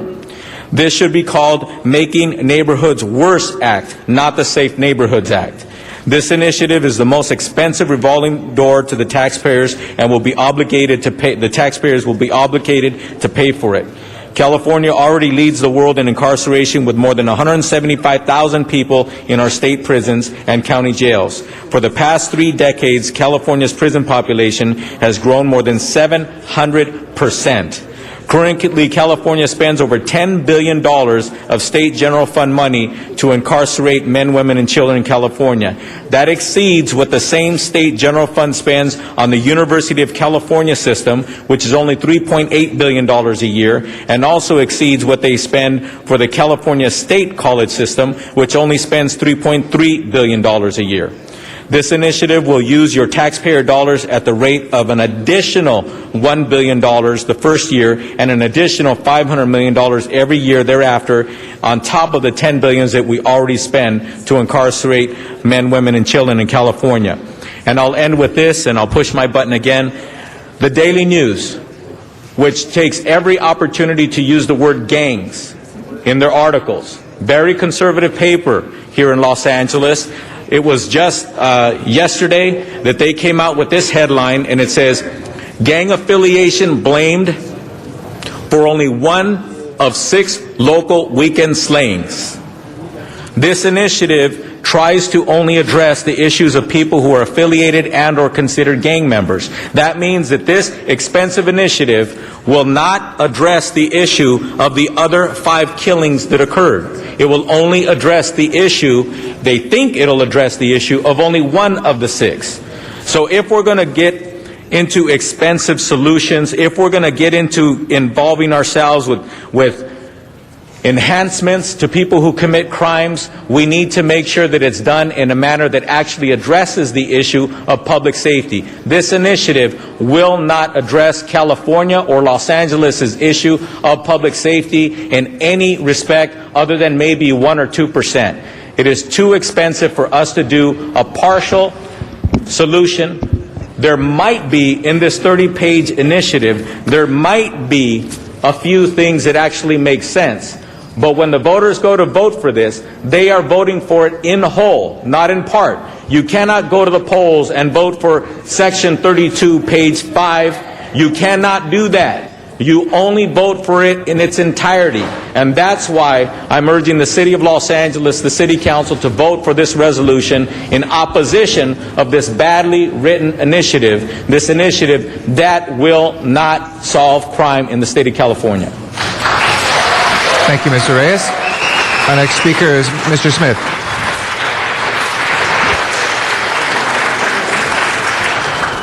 Ladies and gentlemen, just for you know, there's 10 of us here today. This is going to pass 9-1. I'll give you, if you want good money, make that bet.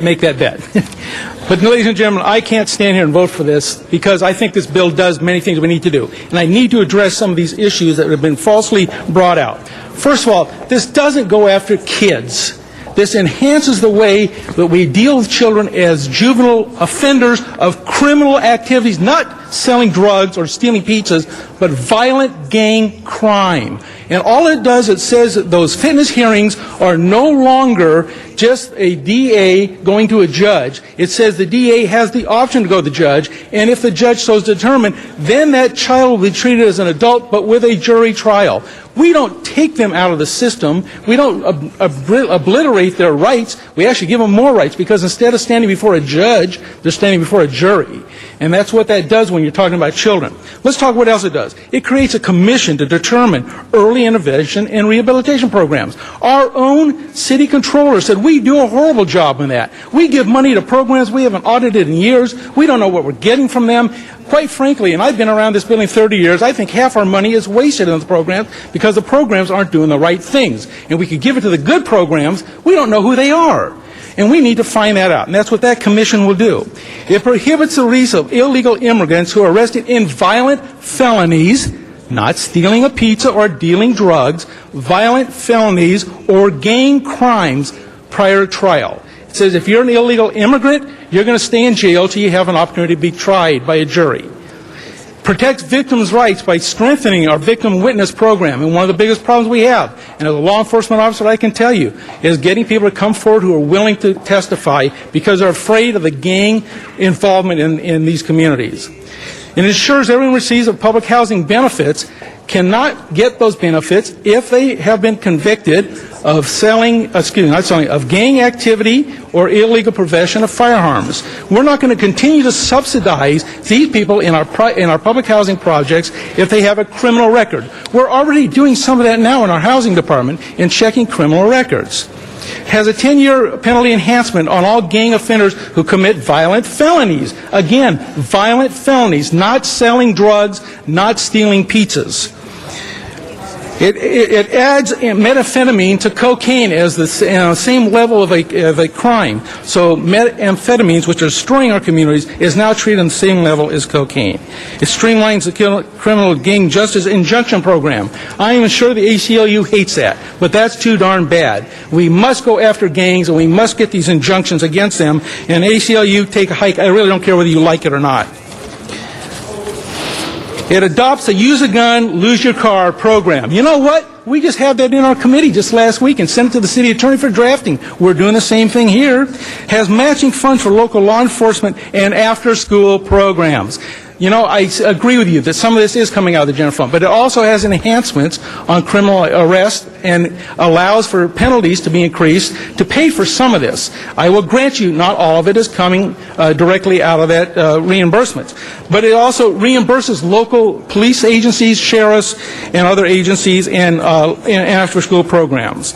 Creates a parole mentoring and workforce preparation program, has GPS tracking funding. We're already doing that in the state of California, and it dedicates funding to the county sheriffs for jail, gangs, and jail enforcement programs.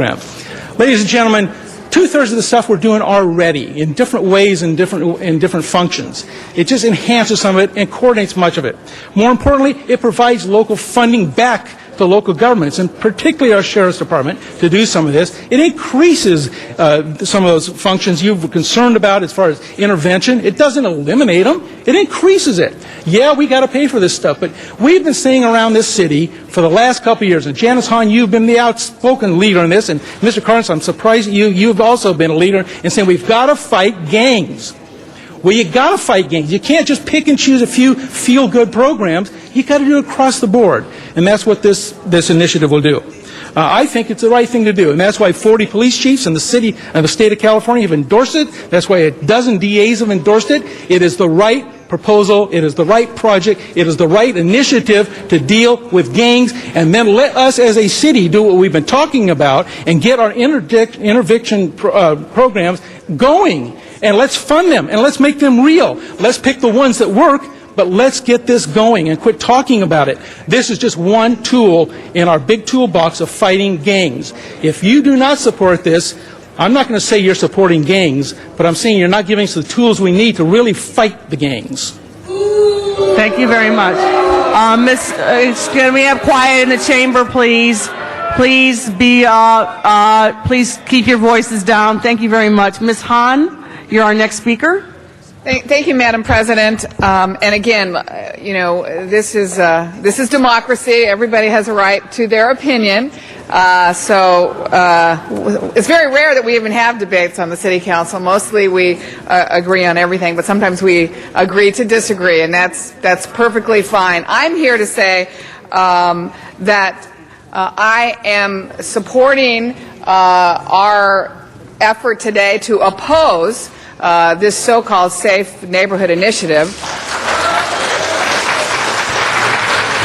because while there may be, as Tony Cardenas said and as Greg Smith said, there may be a few parts of it that actually do maybe something positive about ending violence in our state and in our city. I think this is the wrong way to go about this issue. We have been fighting this war on gangs for over 20 years just here in Los Angeles, and yet we have 7 times the number of gangs. We have twice the number of gang members. What we are doing so far by arresting and putting people in jail is not solving the problem. In fact, it's making it worse. It's time for us to try a different tack. It's time for us to invest more money on the front end of people's lives instead of the back end of their lives in jail. We know that we're spending $10 billion a year on our jails. We know we're only spending $7 billion a year on higher education. And we know that when people are arrested and go to jail, the recidivism rate is 70%. We're not giving people a second chance. We're not doing all we can to prevent people from joining gangs in the first place. That's why I think we ought to put our time and our effort on a different initiative in November, one that will raise $30 million a year to be spent on prevention programs, on after-school programs, and job training programs. If I could ask the audience, excuse me, Ms. Hahn, if I could ask the audience to refrain from the applause and other comments because it interrupts the speaker's time. And Ms. Hahn, I'll give you your time back on that, okay? Thanks. Thank you. I actually kind of like the applause.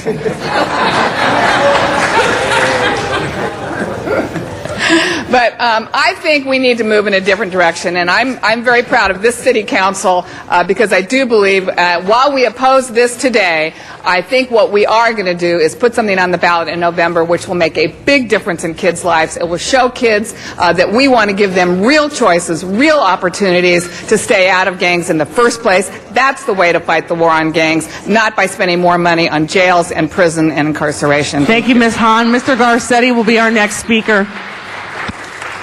Thank you very much, Madam President, and thank you to Mr. Parks and Mr. Cardenas for introducing this. I was happy to be a seconder, and I want to thank folks who came to my committee at Rules and Government as well. First, let me start by formally moving my communication as the chair of Rules and Government to oppose the Runner Initiative and move that forward as official action that we're voting on today. You know, there are things that are in this that we all can agree on are actually good. More money for prevention and intervention programs are good things. Being able to look at centers to investigate child abuse and assist crime victims, nobody's going to be against those. But we all know that there's a poison pill in this initiative. It's just like Prop 98. Many of us probably agree that the government shouldn't take people's homes to build commercial centers, and that's what Prop 99 was. Prop 98 pretended it was that, but it also ended rent control and rent stabilization laws. Similarly to this is a real wolf in sheep's clothing, because the good stuff that is in here, which none of us oppose, in the audience and here, those things that we do believe are not just being tough on crime, but tough on the sources of crime, which means investing in people early or intervening in their lives later, and not just being soft and touchy-feely. We know that a carrot and a stick works together, but when we only have the stick and no carrot, we begin to have the sort of society that we see reflected right now. I think some of these parts of this are unconstitutional. Right now, to check every single person who lives in public housing with a criminal background check, and to not do that in Bel Air, and to not do that in Encino, and to not do that in Boyle Heights, is creating a society in which, by virtue of how much money you have, you get a criminal background check or not. That's unconstitutional. That's un-American. when we look at also the laws that are in here as well, we don't want to do the good things by stealing from our schools, stealing from our hospitals, stealing from our healthcare system, which right now has the lowest reimbursement rate of any state Medicare program in the country, or Medicaid program in the country, excuse me. We don't want to steal from the road improvements we need. We don't want to steal from our job training. That's what this does. It says, we want to do a whole bunch of stuff, much of which you'll agree with, but by the way, we're going to have to take it from the state budget. And what's in that state budget? Everything else that we have an obligation for. It's the reason that we have to stand up together with differences of opinion in this room about which aspects are good and which are bad. We can agree to disagree, but where we should all come together is the Runner Initiative must be defeated. If he's serious about writing something that will work, we're happy to sit down with him and give him some solutions, which do include, in some cases, some enhanced penalties, in other cases, intervention, but a lot more on that prevention and that intervention side than exists in this, and it would gut what we have right now as a social safety net in this state. So I urge an aye vote to the opposition of this. Thank you. Thank you, Mr. Garcetti. Mr. Alarcon is our next speaker.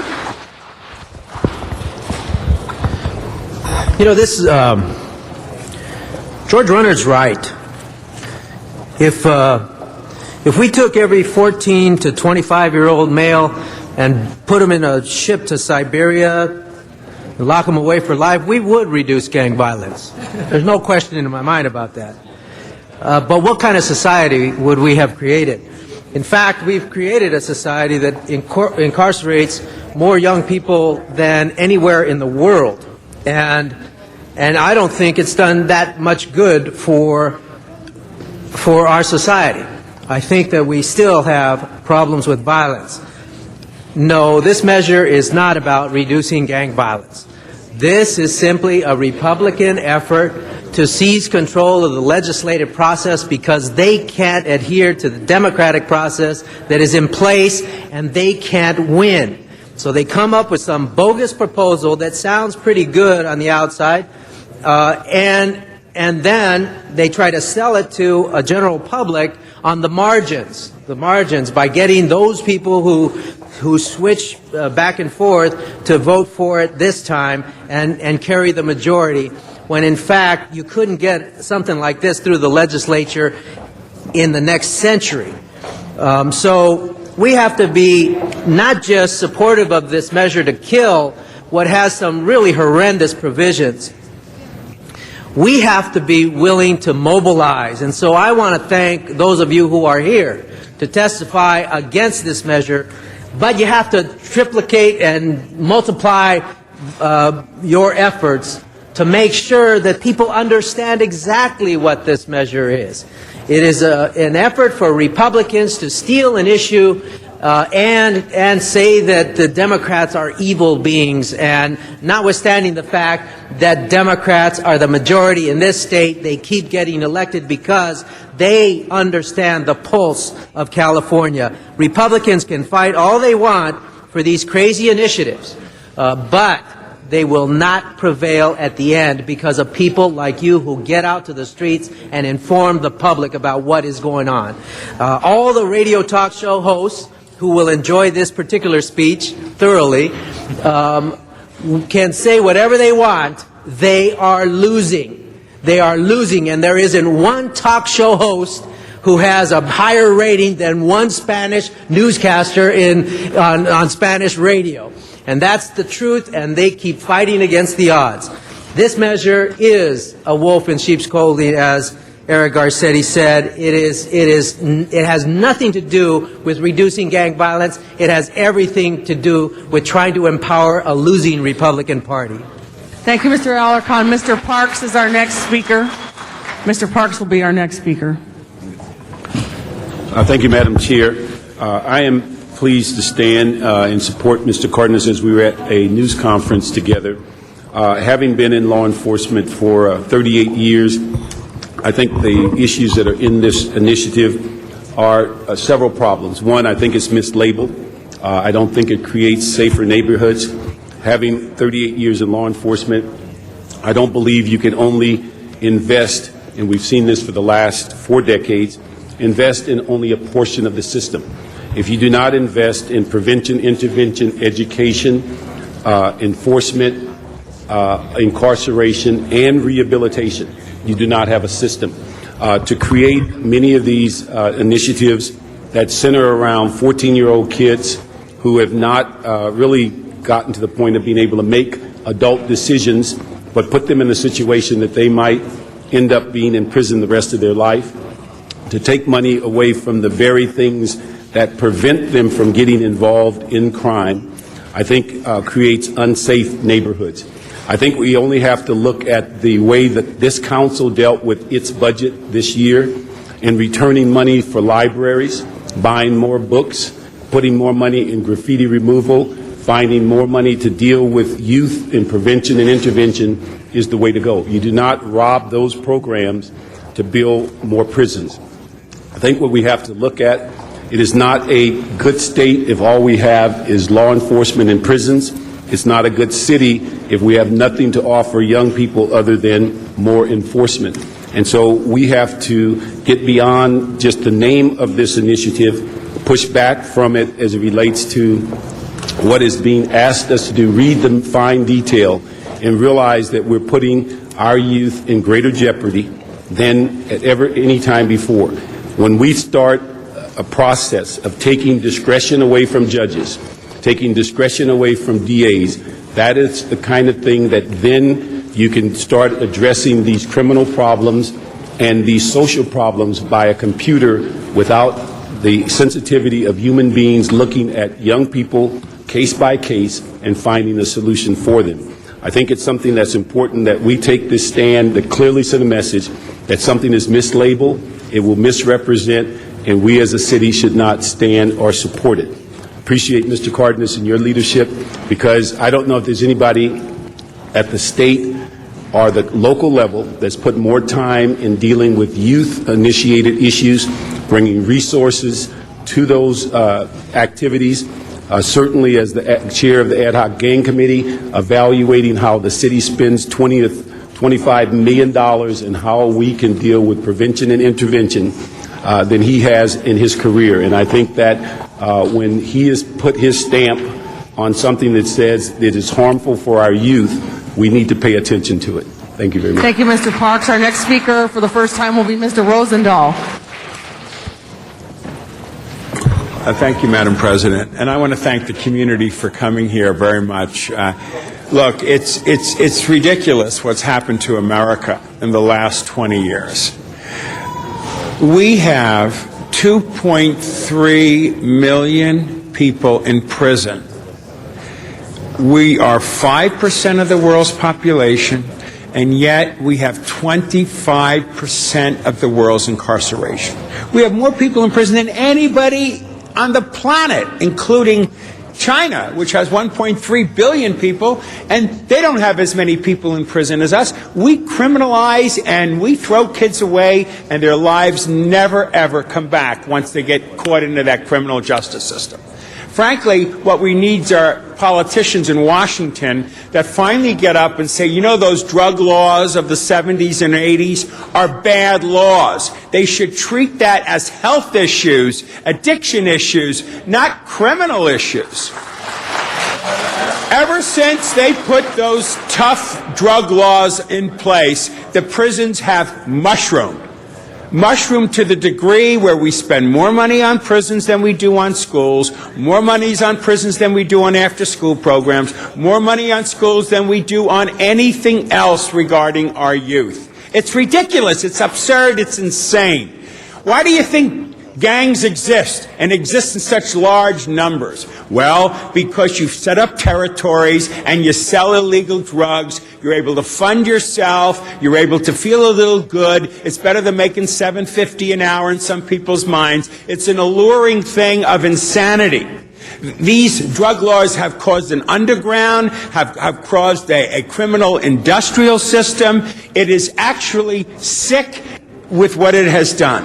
What we need to do is take a deep breath, revisit our drug laws, because once you get rid of those crazy laws, the kids can't form gangs to sell illegal drugs to begin with. There'll be no incentive to fill up your wallet with money. They could much rather go to college or trade school or after-school programs. So, of course, Ms. Hahn's ballot initiative is a no-brainer. I mean, my God, if we can't do prevention and intervention programs, what good are we as a nation? Mr. Smith's right. It'll be 9-1. I appreciate my colleague's honesty and his integrity and his straightforwardness. We sit next to each other, but we don't agree on everything, but we agree to disagree on certain issues. And so, in conclusion, thank you for coming. I was so sorry to hear the mother say about 8 years her son got. We need to revisit our drug laws, which is one of the backdrops that nobody wants to talk about, that fuels this whole insanity that has filled our prisons beyond belief. Thank you. Thank you, Mr. Rosendahl. Our next speaker and our final speaker will be Mr. Cardenas. Thank you very much. Councilmember Smith, you are accurate that it is about enhancements when it comes to violent crimes, but not exclusively violent crimes. I'm looking at the CLA report, and it talks about the various crimes, not all of them, but various crimes that it would apply to, and one of them is possession and sale of methamphetamines. Should somebody go to prison if they're selling methamphetamines? Absolutely. But the thing about this initiative, what it says is simply this, and I'll give you an honest, accurate analysis, and that is, if a person who's 14 years old is caught selling methamphetamines in, say, Bel Air, same quantity as a kid who's selling methamphetamines in, say, Boyle Heights, there's a 90+% chance that the kid in Boyle Heights, same amount of drugs, same activity, same bust, that the kid in Boyle Heights is going to be put in prison with adults, but the kid in Bel Air will not be put in prison with adults, and it's the same crime, the same activity.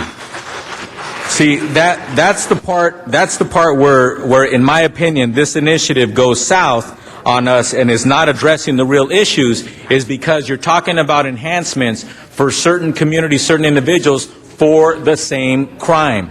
And that is inappropriate, and that is piecemealing how to solve this issue of crime. Another thing is the $500 million, the $1 billion that, as written in this initiative, is coming from the state's general fund.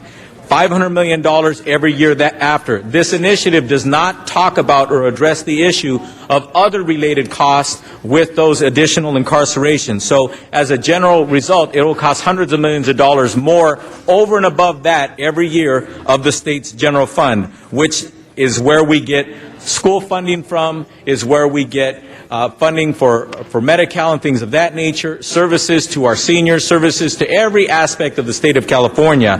And as a former budget chairman, I'm telling you truthfully, that is the case. We're pulling money away from those other programs when we're forced to spend this money here. Again, we're already spending $10+ billion a year from the state's general fund for our incarceration system in the state of California.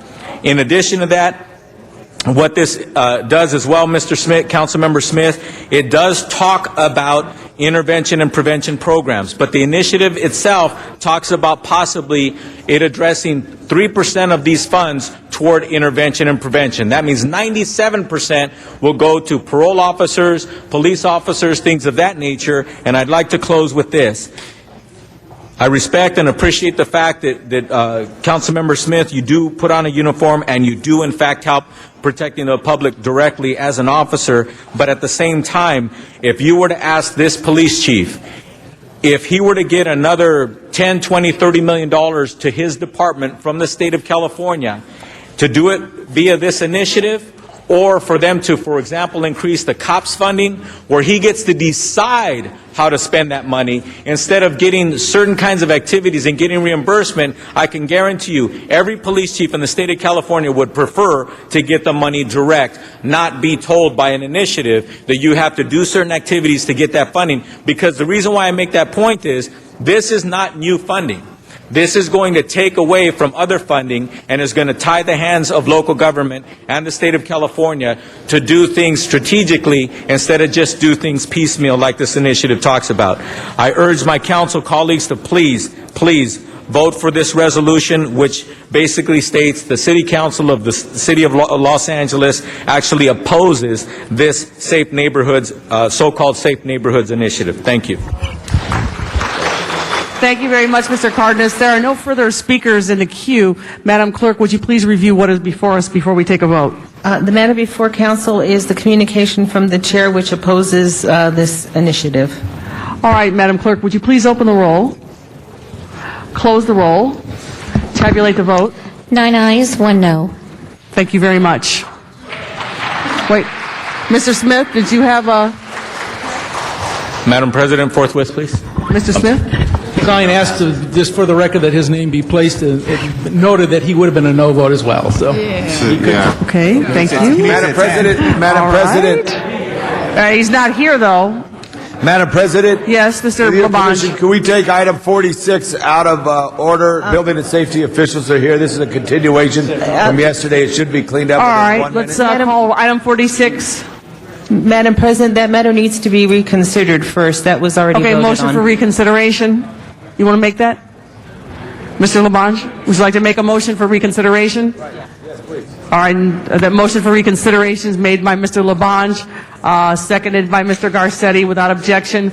Madam Clerk, would you open the roll on the motion for reconsideration? Close the roll. Tabulate the vote. 10 ayes. Okay, the matter is before us now, Mr. Labange. All right, members, what we have here is a bill that we spoke of yesterday in Van Nuys City Hall.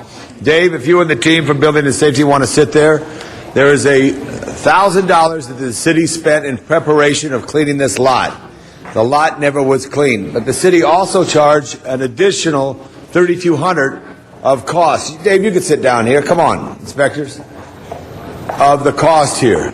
Okay, this cost was not out of the city's pocket. It was normal operating cost. In interest to the person who spoke and the challenge they have, I ask that we charge them the $1,000 which the city paid for what was the cost in incurring a contractor.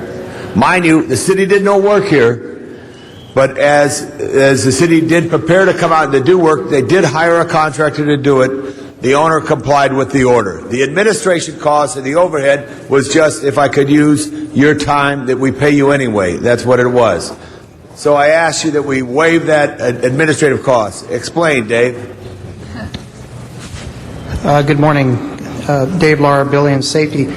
The administrative cost that the council member is referring to is a typical administrative cost that is under ordinance that the city collects for the processing of the paperwork, orders, filing, and so on, which includes administrative staff time and also inspections. That is a fee that is, actually that cost is paid for through our general fund as part of our code enforcement inspector group, and that is automatic. So that is, when we collect this additional administrative fee, as I said before, it's under ordinance, and it's a routine type of fee that we So I do ask that collect. we waive $32.80 flat and impose a $1,000 fee for the property owner, because that was actual cost that we put out. Okay. Okay. Thank you very much, Ms. Hahn. Second your motion, and without objection. All right, Madam Clerk, would you please open the roll on this item? Close the roll. Tabulate the vote. 10 ayes. Thank you very much. Now we'll go to the commissioners. To start, why don't we bring up all the IDA commission appointments? That would be Joseph Montez, Tom Sales, and Christopher Lee. And Madam President, just for council's information, committee reports have been submitted on all these items. Thank you very much. Chair of the committee, Mr. Wesson.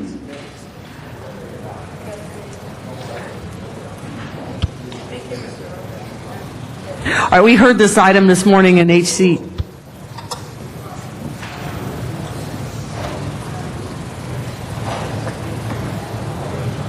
Mr. Garcetti will pick up for the HCD report. Thank you, Madam President. I know we had these three fine individuals, two of them who have already proven themselves in service to the IDA in committee earlier today, and one who I know is going to. But maybe the three of you, since you've been so patient this morning, would like to just share a word or two, or your interest in serving again. Maybe Mr. Lee, why don't you, since we haven't heard from you before, why don't you let the council know a little bit about your interest in serving on the IDA, your background, and what your hopes are for the authority. Sure. Good morning, Honorable Madam President and members of the Council. I'm very honored to be considered for this position to serve the City of Los Angeles and the people that live in Los Angeles. And my goal is to work with the colleagues to prevail living wages, create jobs, retain jobs, and particularly for the distressed areas. Real briefly, my background, I was a financial advisor for Merrill Lynch and Lehman Brothers, helping small businesses get financing, if you will, and basically build their business. And one of the examples of a track record, if you will, is a Forever 21, what came in when it was a small business. Now it's a multi-billion-dollar company. So hopefully I can bring that kind of value to some of the businesses in Los Angeles. That's what we hope to. The IDA is starting as kind of a small entity. We want to be multi-billion dollars by the time you leave. So that's all we want from you. All right? Thank you, sir. Mr. Montes, would you say anything? Good afternoon. I serve as the Vice Chairman in the IDA. I've been there since November. It's been an honor to have served there, and it'll be an honor if I get approved.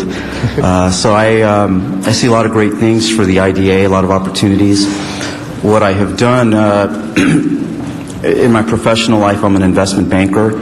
I work with pension funds, private equity funds, hedge funds, and ultra-high net worth individuals and CEOs of numerous corporations. So what I have done is I've engaged those entities in doing business with the City of Los Angeles. And I think for our subcommittee meeting earlier today, and as my colleague to my right, and I agree that the language of manufacturing needs to be broadened so that manufacturing can include entertainment, any type of intellectual property where there's a beginning and an end. And I think that will stimulate entities outside of the City of Los Angeles to do business with the City of Los Angeles. By way of background, I spent 10 years with the City of Los Angeles. Went to London School of Economics on a Fulbright, and I joined Goldman Sachs and Company as an investment banker in New York. And currently I work in Beverly Hills, and I enjoy very much the third Thursday of every month when I come do my commissioner commitment. Great. Well, thank you. And Mr. Sales, who I know is anxious to get back to work and keep doing IDA stuff. You've been doing a great job in your background, especially in the environmental area, as I think very instructive for the authority. So any thoughts in your second term here? No, that I just want to thank you for the previous support. I'm looking forward with your confirmation with the second term. I was listening to the discussion about the Runner Initiative, and one thing is clear is that whatever we think about gang issues, one way to solve it is through jobs. It's at the heart of this, and I believe IDA can play a critical role in helping create jobs by attracting and retaining business here in the LA area, and I want to be a part of that. Thank you. Absolutely. Well, thank you for making that link, too. I know Mr. Reyes has worked hard on that. Mr. Cardenas has worked very hard, and where we can encourage those companies that are getting our assistance through our bonding authority to give back and to hire locally, we certainly have a good infrastructure for that as well. So I know our chairman is a strong supporter, and the committee passed unanimously forward, so recommend the same thing. Thank you, Mr. Garcetti. Mr. Alarcon. I wasn't going to speak, but I was concerned when you said expand the use of the manufacturing sector or the definition of what qualifies as manufacturing.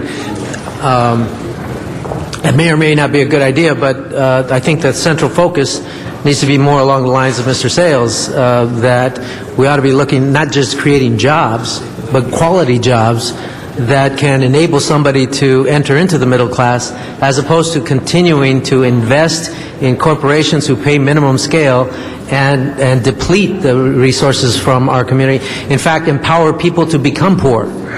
Because poverty wages, minimum wage, even $10 an hour will create, if the head of household is making $10 an hour, they are poor. And so as you look at changing the definitions for manufacturing, I hope you do not undermine the focus on the wages that will be earned by the workers, not just the profits to be taken by the corporations. Particularly given the fact that we're talking about using a government process to enable this business to exist. So I would only hope, Mr. Sales, that I'm sorry, Mr. Montes, yeah, I'm sorry, that you consider the quality of jobs that we are creating. The fact of the matter is, we haven't really lost that many manufacturing jobs as a proportion. What we have lost is high-paying manufacturing jobs, particularly in the heavy manufacturing sector. What we need to do is stimulate high-paying manufacturing jobs that perhaps if we can't retain heavy manufacturing, we can look at biotech or other industries that create high-paying jobs as opposed to just creating poverty. And I think that is a strategic error in every economic development policy that I've seen in my work with the City of Los Angeles, which dates back to 1981, that we have not focused as much on good-paying jobs as creating jobs. Jobs in and of themselves do not guarantee a route out of poverty. Thank you very much, Mr. Alarcon. There are no further speakers in the queue, so Madam Clerk, would you please open the roll? Close the roll. Tabulate the vote. 10 ayes. Thank you very much, and congratulations to all of you. Thank you. All right, our next item, I've been requested to send item 17 forthwith. All right, and then our next item will be Alice W. Harris for the Affordable Housing Commission.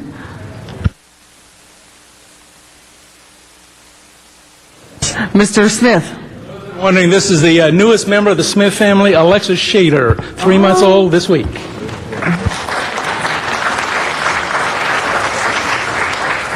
And of course, her mother, my daughter, Krista. Yeah, don't forget that part. Okay. Congratulations. So, Ms. Harris. Mr. Weston, would you like to make some opening remarks? Thank you, Madam President and members. In the few years that I've chaired my committee, Sweet Alice is the only person that didn't even have to be there, that was unanimously recommended without any questions or concerns, and that's due on her long history and service, public service to this great city. So I just rise to suggest that we move quickly with this appointment. We do ourselves a in fact, I wish we could clone you. We could clone you. We'd have about 200 or 300 of you, and we could turn this city around. So I ask for an aye vote. Ms. Harris, would you like to say a few words? Yes, I'd like to say, don't get down here much often, but I do pray for all of you because I know all of you all. And I want you to know that I love you. You're doing a good job. And always remember, you're working for God when you work for people. So you're doing a good job. And I just want to thank you all. And I'd like to let you all know that we found out in our community the best thing for the young people, we came up with a fiber optic program. And that's where we train them how to lay cable wires, computer wire, install telephones. And we had been doing this now for about 3 or 4 years. We got the governor to come down to help us with the hospital. And he saw the program and he did fund it. Now, if they haven't raped anybody or killed anybody, the felony doesn't matter. We're working with the companies. So in the 10 weeks they finish, they go right to work, starting out at $12 an hour. Some of them is making $30 an hour. So, and everything is free. Send the young people to us. It's free. Thank you very much. Ms. Hahn would like to say a few words. Oh, thank you, Madam President. I just wanted to stand and support Sweet Alice's reappointment to this very important commission in the city of Los Angeles. Thank you. And I just have known of your good work in Watts for as long as I can remember, Yes. and you are a fighter for the people. Yes. And you, of all people, know what it's like for people to want to be able to Yes. afford a good place to live, Yes. have a roof over their house. You're one of those that fights for people in need, and I can't think of a better place for you than to sit on this Affordable Housing Commission. I think you bring the kind of real life experience. Thank you. To understand how important it is, above all other things, Yes. to have a place that you can call your own. And I know that you believe in home ownership, and affordable home ownership is Yes. something that we all need to be fighting for, but I don't think anyone fights for people in need like you do. Your record is impeccable. Thank you. Thank you. Thank you, Ms. Hahn. Now, Madam Clerk, if you would, please open the roll on this item. Close the roll. Tabulate the vote. 10 eyes. Congratulations. Thank you. Thank you. I just received my doctor's degree about 3 weeks ago from USC. Very nice. Thank you. Congratulations. Thank you. Why don't we take item 29 next for Marcia Hirano Nakanishi for the Commission on Children, Youth, and their Families.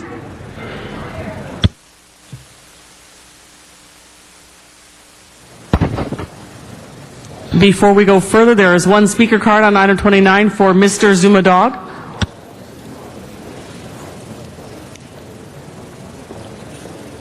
Yes, thank you. Good morning or good afternoon. This is for Commissioner. Yes, hello. Thank you. Congratulations. I'm sure you'll be appointed. It's for children, youth, and their families. Now, what could be more important than the commissioner in charge of children, youth, and families? It's very important, and it's also tied into, I believe, neighborhood councils. Some things I'd like to say, if you could please make sure this is part of your agenda, that yes, it is up to the city to provide a lot of services to help families and kids and youth, and there's it also, parents need to do more, possibly to get together. We can't rely on the city to do everything for us, and I think we become overly reliant, and I'd like the message to be, parents, we need you to do more. It's tough when in the neighborhood, some parents have higher standards than others, and it's tough to enforce it then, so maybe you can encourage communities to get together, decide what they will stand for with their kids and whatnot. Also regarding, I'm sure there's going to be a lot of money, this is through Arts, Parks, Health, and Aging Committee, and boy, do they love nonprofits and to fund things, and that's a lot of state, federal, and local money, and I'm concerned of racketeering charges and corruption amongst a lot of these nonprofits. I'm concerned about front-end loaded contracts, cronyism, racketeering. The types of things that could happen is, let's say you have some money for like a bathroom, for example. They'll take a perfectly good bathroom and just rip it down so they can build another one. Or like, gee, we need to improve this shelter or that shelter. Or sidewalks, for example. Hey, they'll build a sidewalk and then say, well, gee, we found a mistake. We got to tear it out and then we got to rebuild it again. So under this fiscal crisis, and if you check my blog, ZumaTimes.com, to talk about some of the crises that we're going to have in your department with budget cuts due to lack of money. Thank you very much, Mr. Attorney. Also, Dr. W. Edwards Deming. I urge all commissioner appointees to please look into Dr. W. Edwards Thank you Deming very out much. of the crisis. Mr. Thank you. Labange is in the queue. There's no further cards on that. Mr. Labange. Thank you very much. Commissioner-designee Hirano is a great candidate for this role here. She's a member of the Cal State University system as a vice chancellor. She has great history. She went to Harvard as well as Stanford, a great background there. But really, the greatest of all is that she is from El Sereno. She went to Old Wilson High School. She's been involved with her community all the time. They are the mules, Herb. I'll have you smile to that. And I'd just like, Commissioner, would you just express some of your passion about helping connect the right focus for children, youth, and our families? Thank you. I'm honored to be here, and thank you for your kind introduction. I guess I've been in education forever, and when I think about, where I am right now and what I think we can do is, one is middle school students and their families. there are a lot of kids out there that just don't know what it takes to get to college, and their families don't know that there's the money there to do it. It's really an outreach issue to try to get that clearer. The second is in high school, and part of what we do in college is try to help to make sure that there are more students prepared for the CSU. The city needs more students who get baccalaureates. And I guess I'd be interested in seeing if we can find some ways to partner to help the kids whose parents don't do what I did, which was pay for test preparation, to really learn some of those things. And then finally, with college students, what we're very committed to is getting more of our college students to be engaged in their communities and to really give back, because in fact most of our students are from the area, and I'd like to see if we can work some of that out too. Right. Members, the background of this designated commissioner will really help all commissioners focus on issues, and so I ask for an aye vote, and I thank you for your service to the City of Los Angeles. Thank you very much, Mr. Labange. Madam Clerk, if you would please open the roll, close the roll, tabulate the vote. 10 ayes. Thank you very much, and congratulations. Let's take item 30 next for Tariq Kiro to the Animal Services Commission. Please have a seat at the middle table, and thank you. Good morning. the chair for the committee like to make any opening remarks? Mr. Okay, public safety, we don't have anybody here right now. All right, fine. You know what? Does anybody want to ask any questions? Would you like to make a few Madam words, President, say a few I'd like words? to help you as well. Commissioner, thank you for your service. Why don't you tell us your passion, your background, and your interest? Thank you. Thank you, Councilman LaBonge. I've been a lifelong a resident of Los Angeles. I love and adore this city. It is my pleasure and my honor to work on its behalf. And the Department of Animal Services, as you know, is a very important department in our city. While sometimes a bit under the radar, it really affects almost all of our lives on a daily basis. The other thing that's unique, I believe, or special about the department is that, unfortunately, because there are matters of life and death involved, there are also matters of passion involved. And the community is very passionately involved, and I would love to tap more into that passion because we have a constituency that really cares deeply about the city and the animals.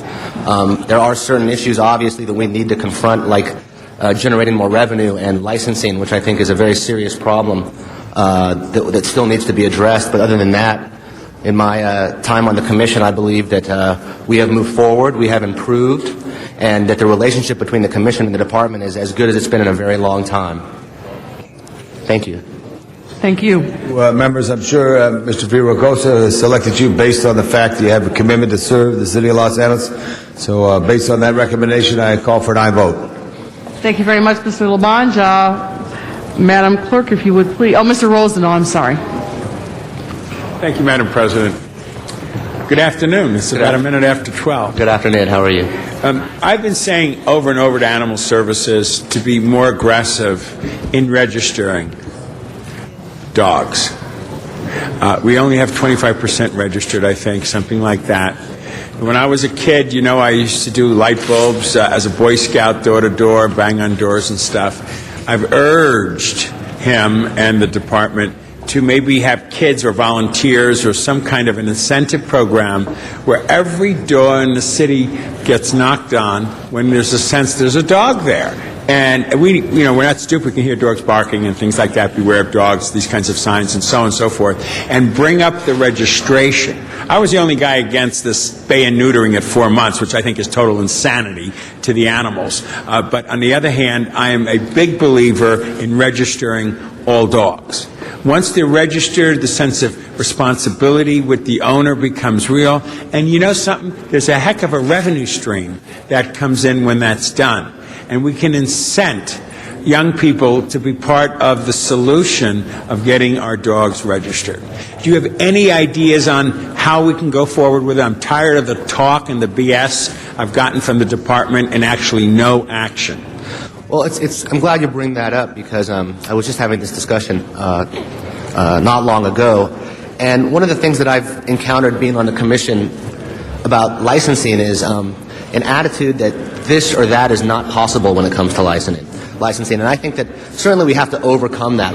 Accessibility and availability of licensing, or the applications, or just the opening the front door. I think somehow if we can get them in pet stores, if we can get them even in dog and cat food sections of supermarkets, where at least there'd be an application or a conditional license. I know they need a rabies certificate to finalize that license, but something to get them not only in the front door, but to create this relationship with the city and to make them feel like one of the wonderful things that I think has happened over the last decade is that people don't view the shelters as pounds anymore, and they can kind of see these animal shelters as community shelters where they can get spay and neuter service, where they can get, and licensing is the foundation to all of that. Right. Absolutely. And the other thing that you mentioned is volunteers. One of the wonderful things about our department is that we have many volunteers, unlike most other departments. Right.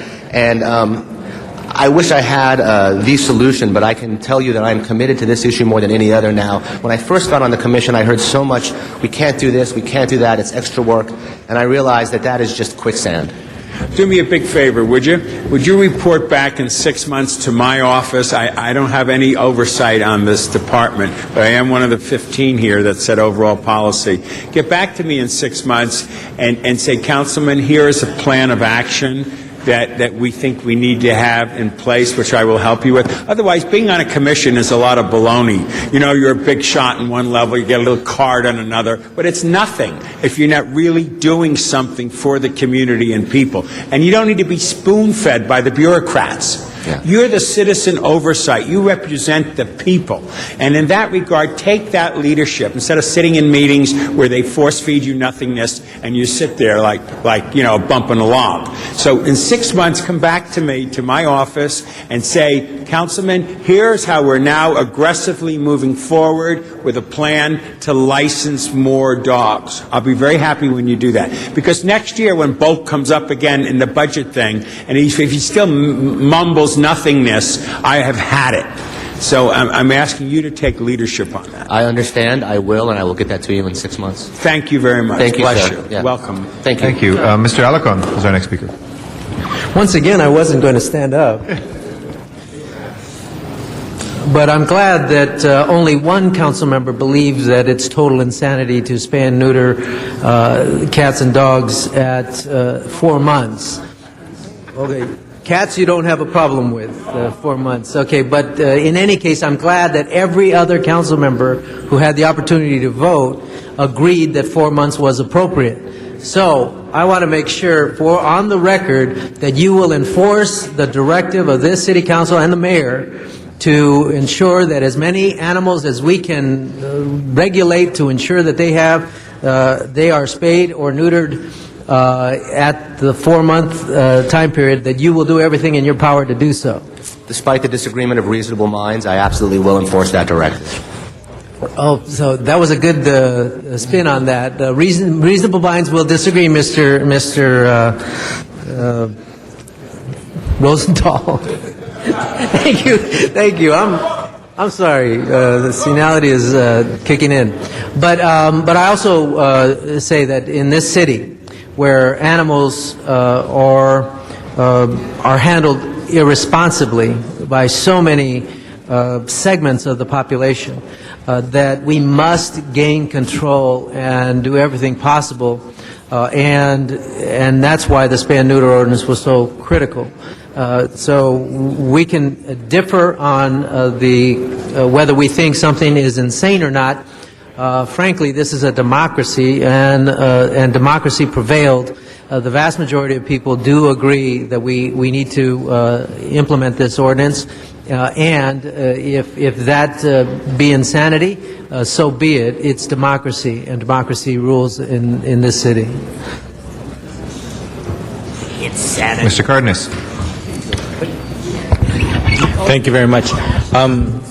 I'd like to remind you, I'm sure there's going to be a litany of issues coming before you on this commission and the concerns of the public, many of them appropriate, but at the same time, one of the things that I want to let you know that we need to really step up our availability of microchipping and pet vaccinations. I got to see firsthand the need in the community when we're able to do the outreach and let them know that we're there to help them with this.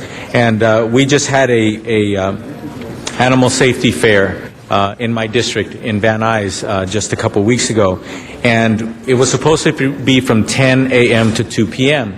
And after 2 o'clock, there was still a long, long line for putting the microchips in their pets and also pet vaccinations. So we were glad to stay there till 6 o'clock and finish as many of those as we could, but it just spoke to the demand in the community and also reminded us as the City of Los Angeles government that if we do more outreach, we are going to get better response. And with that, we're going to have better safety for our animals, and then we're going to also make sure that we have greater opportunities to educate the public. While they're there getting that done, they're always having conversations, they're always asking questions of curiosity, and whenever we can get professionals to help them like that, that is something that is well worth it, and in the long run saves us tax dollars as well.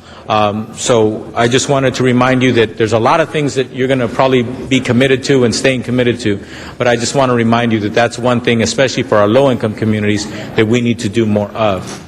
I couldn't agree with you more. And despite the complexity and I think the quantity of all these issues, many of the fundamental ones relate. Microchipping, spay and neuter, licensing, and vaccination. Yes. They do come together. There is a way for them to come together. The more we license, the more we're able to get information out to support microchipping, the more people will vaccinate, and the more they'll have accessibility to spay and neuter, and vice versa. But I am also extremely concerned about this accessibility generally, but in terms of low-income areas of the city, absolutely. It is the knowledge that the city actually provides these services and the ripple effect of these services. One animal spay and neutered or vaccinated protects the city for generations. It really does. Thousands. Yeah, thousands of offspring that were prevented. Precisely right. Okay. Thank you very much. Thank you. Thank you. Thank you, Mr. Cardenas. No other members wish to be heard. We have the nomination before us, so if we can please prepare the roll and tabulate the vote. 10 ayes. That is approved. Congratulations on Thank the you very reappointment. much. Thank you again. Next item called special, please. Mr. President, I believe there was a request to take item number 32 up next, and that is just the salary of confirmation for the general manager of Dunn. Council already approved that confirmation on May 20th. All right, we have one speaker card on this. Zuma Dog, you're waving it? Okay. Mr. Dog waves his card. And, Mr. President, just for the record, the salary is $150,000. Okay. Let's go ahead then and open the roll, close the roll, and tabulate the vote. 10 ayes. Okay, that is approved. Next item. There's a card on item number 1, and that was called special. Okay. Zuma Dog on item number 1. You have 1 minute left? Yeah, you shouldn't count that other one, bro, but that's all right. Well, I would like to issue a warning. You know, this isn't a sexy issue, but it's coming through again. I'm seeing this a lot coming through the agendas. It's liens. The city's in a big budget crisis. As you know, they got to collect everything, y'all. They got to collect everything. Asbestos removal, graffiti removal, maintenance, improvements. If they can figure out a way to slap it on you to fix it, then it's an unreasonable short time frame. You can't pay, then they put a lien. Here's one for $100,000. They're all over the agenda. They're coming through every day. So I'm here to tell business owners and homeowners, because in the East Adelante area, for example, if you do not comply, then they can claim eminent domain. So what the city is doing now, going around everywhere, hey, you got to remove this graffiti, you got to fix this fence, you got to change this and that, you don't comply, they put a lien, you can't pay, eminent domain, the city's going under, it's going to be hell breaking out on the streets. Zuma Dog, take back the city, Mayor 09. Thank you very much, Mr. Dog. And with that, let's go ahead and open the roll, close the roll, and tabulate the vote. 10 ayes. That is approved on item number 1. Next item, please. Next item, Mr. President, item 20 and 21 were called special by Councilmember Rosendahl. Do you wish to take up those together? Yes, I think we have 9 before that one. Is that correct? Is it all right if we do 9 and then we'll go to 20 and 21? Is that right? Okay. Let's take up. That committee report has been submitted. Okay.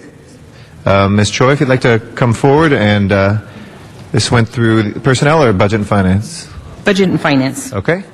Mr. Parks, Hold Hold on. Where's Bernard? Where'd Bernard go? Maybe in the men's room?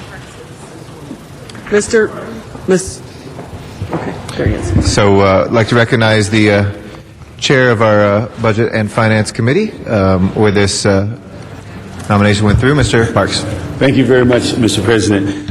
We had a very extensive conversation in Budget and Finance on Monday, and certainly having worked with Ms. Choi throughout the last couple of years, particularly in the budget, the committee clearly was very supportive of her going back home, where she's put a number of years in that pension system.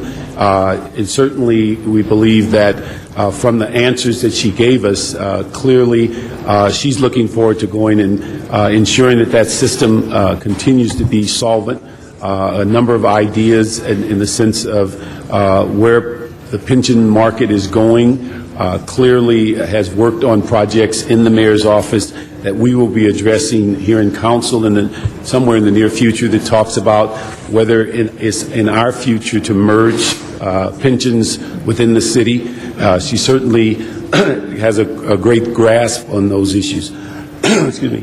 But I think that we had a unanimous vote. We want to support that she certainly goes back to her first love, but we will miss her in the sense of the activities that she was involved with the pension.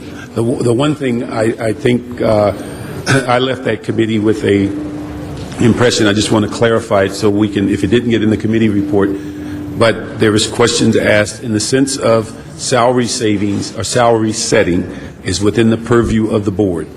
That's correct. It's within the purview of the board, and the board makes that decision only after the council makes its decision of support.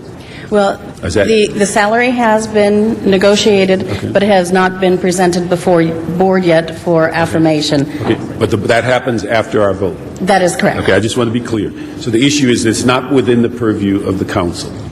Per charter, yes. That's it. Okay. But the thing is that was a question that was asked, and after the meeting, someone had a different impression. I just wanted to clarify it on the record that that's the purview of the board, not the council. But we wholeheartedly endorse Ms. Choi appointment. We believe it's going to be in the best interest of the pension system, and certainly she is not that far away that if we need to go pick her brain about future budgets also. Thank you, Mr. Parks. And I just want to let the public know, Mr. Timothy Quick and Arnold Sachs, we will reopen item 1. It was on the other side of the card, so I didn't see it. But we'll reopen that to have public hearing further on item 1, so don't go anywhere. On this one, our next speaker is Ms. Perry.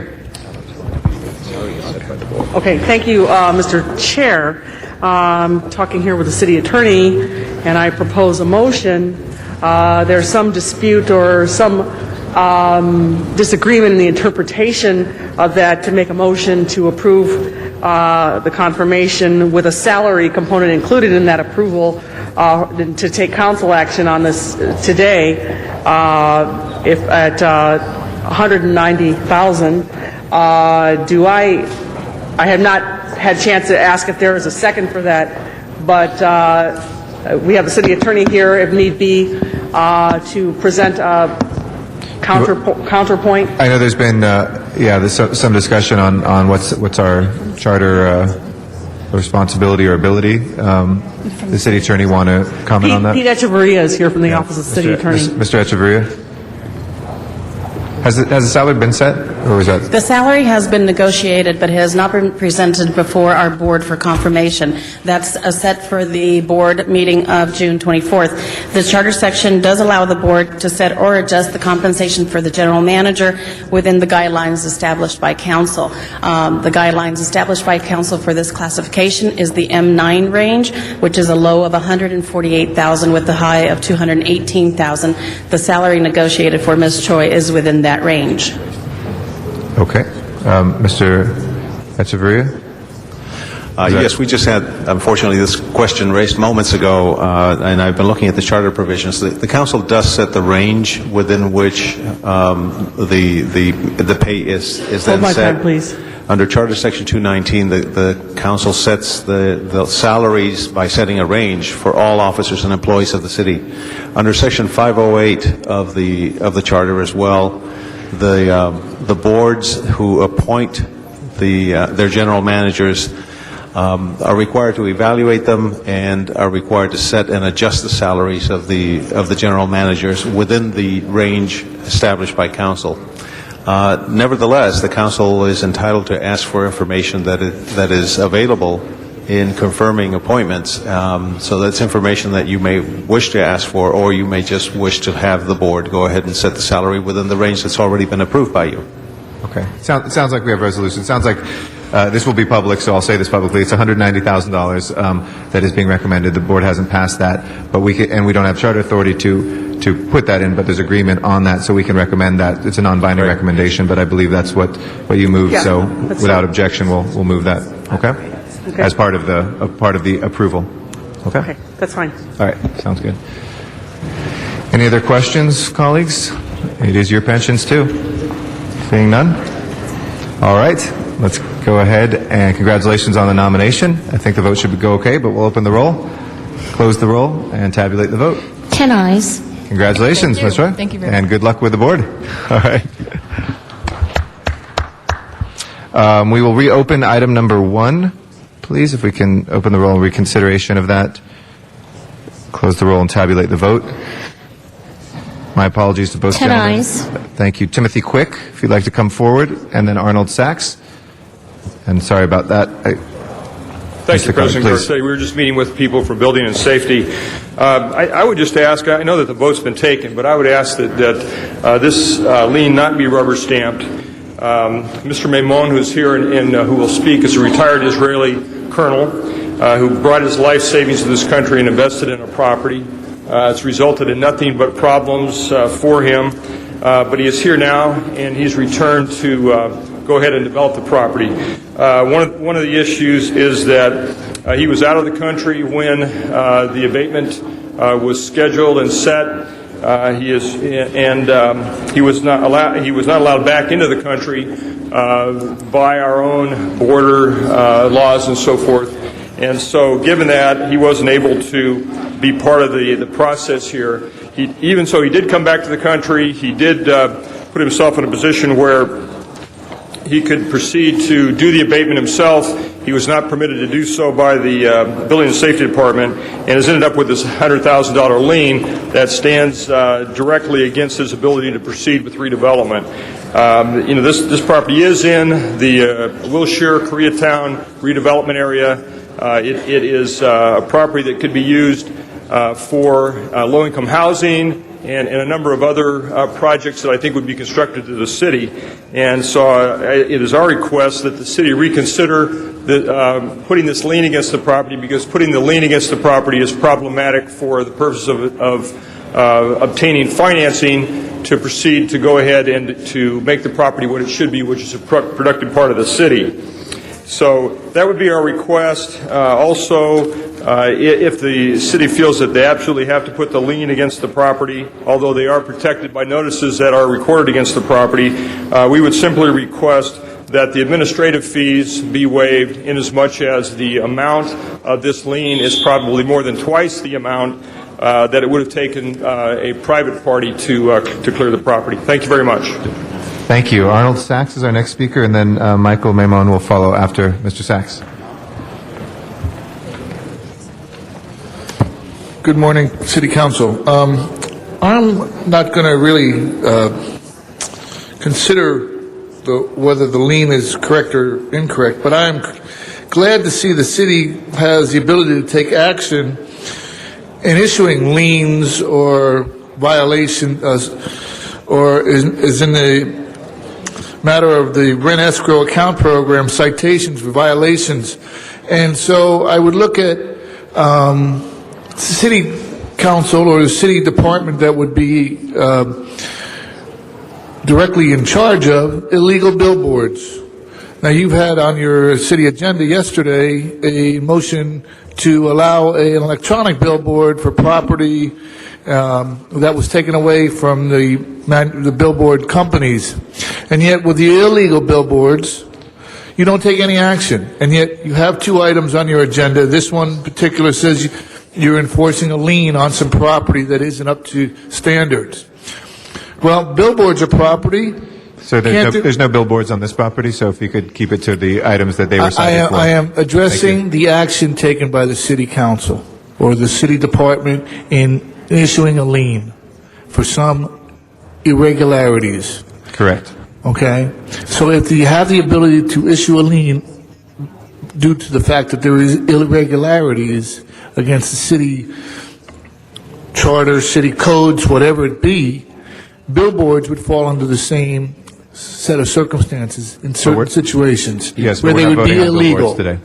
And so why there is no action taken against billboards but against private property doesn't make sense. The billboard owners are not in compliance with city ordinances. You have the ability, is shown here on your agenda item, to take action by issuing a lien. Why wouldn't you do the same thing for the billboard companies? Appreciate that, and there are dozens of those cases of citeds that are in court right now being challenged by the billboard companies, and those have happened. Michael Maimon is our next speaker. My name is Michael Maimon. I'm the owner of the property in 933 Southwest Moreland. About a month ago, in April 29, we came here and we described the situation was this demolition that was taking place in spite of my inability to enter the country and to attend the hearings, and in spite of all the efforts I made to have lawyers and other people to deal with it. The resolution that the city took is to actually instructed the Building and Safety Department to come to some settlement with us, which we were trying and we were waiting to do for the last months. First we had 1 week continuation, and then they asked for another 3 weeks. I'm sorry to report here that we have no chance to sit with the people of the city, of the Building and Safety, and the people from the City Council, Mr. Reyes, until today. All we got is a fax from the Building and Safety showing us again the notices that we were aware of, and all our attempts to come to a meeting and to discuss this matter in order to follow on the instruction of the City Council from the last meeting was impossible. We were trying to meet with the right people. We couldn't meet. Only now we had a chance to meet with somebody who's superior in the Building and Safety, and that's it. I mean, all this 1 month was gone for nothing, and I was expecting that things will be dealt serious if there's a resolution. An instruction from the City Council is to have us settle the case in a reasonable way. We need a reasonable way to meet. Whenever we were trying to meet, we were going back and forth with phone calls from the District Council to the Building and Safety, but we never had a chance to discuss it or to negotiate it. Now I hear that while we were standing outside trying to negotiate it, a voting took place. My request, ladies and gentlemen, is to revote this and to give me a chance, because I didn't have a chance to have a hearing, to maybe have a meeting, a committee of 3 people representing the city, to give me a chance to express my arguments and to have a meeting for 1 hour to discuss this matter. Thank you. Your time is up. Appreciate your comments. Okay. Ms. Hahn? Obviously, it's hard to sit here and listen to this and not feel like he should have what he just asked for, a meeting with the city, Building and Safety, himself, to try to, this is in Councilmember Reyes' district? Huh? Yeah, I agree. It's hard for me to sit here and listen to him plead with us, asking for something that seems like it's very simple, and us to just... This was, we did have this case before us before, Ms. Hahn. I believe that was attempted in the interim, is my understanding. But we'll take any direction you... I mean, I would vote... I mean, is there a time issue on this? Last time, sir, and I know but he said nothing's happened in a month since we've... But I understand that, but I also remember the staff for the first district was very focused on this problem, and I understand that, but maybe didn't think the same way that you did, but I think we got to rely on the first district staff that was focused on this as a challenge for the area. So that's what I remember from all our time. Well, I would be in favor of him at least getting the meeting he's asking for between a couple members of the Building and Safety and... Is Dave Lara still here?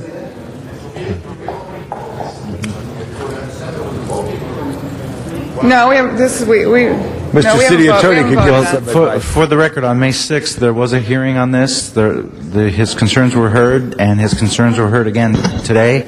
In the interim, I can only assume that Building and Safety has went over this matter, but it's before the council right now. No, we haven't taken a vote on it yet, sir. This is what we're doing right now. We haven't voted on it. We did, and we reconsidered it because there are two cards that we found. I so see. we voted Okay. once today for it Okay, already. so we are taking another vote. Yes. Yes. Okay. If nobody makes a motion, otherwise, we have the suggested action before us. See, I'll just tell you, I'm uncomfortable when twice that we've had this before us, the council member of the district is not here. But It's also, risk. to I speak have- for, I don't want to speak for the another representative, but I know after we inquired last time, the first district staff did focus and say that this was a problem, it was a justified expense, which is different what the gentleman articulated. That all being said, we rely on our staffs, and so I would stand with the first district staff. Where is the first district staff? Okay, why don't we hold this on the table for a second? We'll get staff here and we can address any of the concerns. Okay? Next item, please. Next items, Mr. President, do you wish to take up 20 and 21 together? Those were called Yes, special by please, 20 and Councilmember 21. Rosendahl. And Mr. Rosendahl, and we do have Thank you, Mr. President. If we one could card, have- just as you know, we have one card, so whenever you want. Yeah, I understand. Could we have staff come up and tell us the latest on this? First of all, what was the measure that we, the people, voted for? How much money did it put into play? What has it accomplished? Give us an update. And then we're going to ask Mr. Tuttle, who represents the citizenry and an oversight committee, to respond a little bit to the conversation that you and I have right now. Sure. Good afternoon. Good afternoon. My name is Melissa Krantz. I work for the Office of the CAO. Briefly, Proposition Q was a $600 million bond measure approved by voters in March 2002. It provided funds to construct new police and emergency response facilities, as well as renovate existing fire and police facilities. To date, we have finished 4 construction projects. That includes the Metro Bomb Squad facility, the Valley Bomb Squad facility, the Valley Traffic Division and Bureau Headquarters, and the West Valley Replacement Station. And before you are 2 quarterly reports for April and January to provide update on the construction budget and construction projects. And those reports are prepared by BOE. Staff is here to answer questions. Great. BOE, tell us about the report. Give us a sort of an overview of it. Well, good morning. Good afternoon. Good afternoon, Councilman. The report includes the status of each project. As Ms. Krantz mentioned, we have 4 projects that are complete. The remaining projects are all in construction. They are all scheduled to be complete before the March 2009 timeline, which is scheduled for the end of the Proposition Bond Program. The projects are making excellent progress, and we fully intend to complete the project within the time frame that was passed by the voters. It's always music to our ears, but the people voted. It put $600 million into play. We have completed 4 of the projects. And how many are under construction now? And what will that eat up the $600 million? We actually have more than $600 million in the program. With thanks to interest earnings, we have about $687 million in the program. Very good. Very good. And of that amount, we have about $65 million in construction contingency that is available for use. Very good. And how much have we spent so far? As of April 2008, we have spent $476 million. Was it on those 4 projects? Oh, no, that's just construction expenditures to date. So we actually have a budget of a much higher amount, but that's expenditures to date. Okay. All right. So how many projects are under construction now? Well, we have a total of 9 projects in construction. That includes a group of police renovation facilities and a group of fire renovation facilities. So with that, and then we have the other construction projects, police stations that are currently in construction. Mm-hmm. And what are they? Can you rattle them off? Sure. Currently, we have the EOC. It's the Emergency Operations Center that's in construction. That project is located on Temple Street and Alameda. That project is in construction. It is approximately 95% complete. We also have We have Harbor Area Replacement Station, we have Hollenbeck Area Replacement Station, the Metro Detention Center, the Mid-City 20th Area New Station, the Rampart Area Replacement Station, and the Valley Northwest Area New Station. Mr. Tuttle, the role of the Honorable Rick Tuttle, former controller, among other political leadership that you've given us, our great city, the citizens always wonder about oversight. You know, we say yes to bond measures, we say yes to other issues, but then we never hear back. So you were asked to be a chair of an oversight committee. Your understanding of politics, your understanding of budgets as controller is a great treasure to us. So reflect on your oversight role, and as you see it, where are we now, and what do we need to do? I'm a member of the Citizens Oversight Committee and have been, and thank you, Councilman Rosendahl. Our chair is John Greenwood. Our vice chair is Irene Tovar. We have a committee of 5. We meet quarterly. And you've heard from us before. We've come down and raised concerns about the management controls of the project. I've made something of a point on more than one occasion before this council of pounding away on the fact that the chief of police should really be part, personally, of the administrative oversight committee, which, of course, by the way, was a recommendation of the controller's office years ago on my watch, that we bring together the power structure of the city to oversee these projects, to assist the Bureau of Engineering and the relevant departments, fire and police in this case, the CLA, the CAO in their persons, the chief of police we would expect, the fire chief, and a representative of the mayor. That pulls together the power structure, enables us to get things done. On this particular project today, let me come to today. We're something less than a year out. This is early June. April is March of next year is the occasion of the end of the statutory, of the time the project runs out. And we can discuss a little bit the legalities of that matter, though I'm not particularly interested in legalisms. In other words, one reason I asked you to call this special, and I appreciate it, I wanted to focus council and the mayor's office, who I know keep an eye on these council meetings, on some items, both to give a heads up and also a couple of items where there's still time to get this done and done right. The first point, 5 points. The first is, this has been a successful project. Mr. Jones has done a terrific job in the lead of the project, and his predecessor. Also, I think there's been hard work done generally on this project, and as he just pointed out a minute or two ago, the police side is coming in good shape. These structures are getting built. What came to the attention of the Citizens Oversight Committee over the last several months, however, is the fact that and this is point 1 of our letter to you all of June 2nd, that the fire department renovation project is, or has been, in danger of running behind schedule. City attorney opines that we can still go beyond that March deadline 09. But I think from the point of view of the public, they expect us to keep our word as to what we said, not in the ballot language, but in the ballot argument. Right. It's legal. Legally, we can go on. I think we can hold ourselves to a higher standard, which is to get these renovations done. Let me give you one example of the materiality of these renovations, at least in the basket of concern for the Citizens Oversight Committee is some gender issues, which, of course, in terms of just the architecture of fire stations. That's just one example. Let me go on. They're not appreciating the gender differences. Well, no, it's in the work schedule. I'm just concerned about it getting done on time. We have an excellent opportunity to bring this entire project in on time and under budget. But we're going to have a push to get it done on the fire side. And if that means extra effort being made in departments whose cooperation is needed, then let's have that extra effort.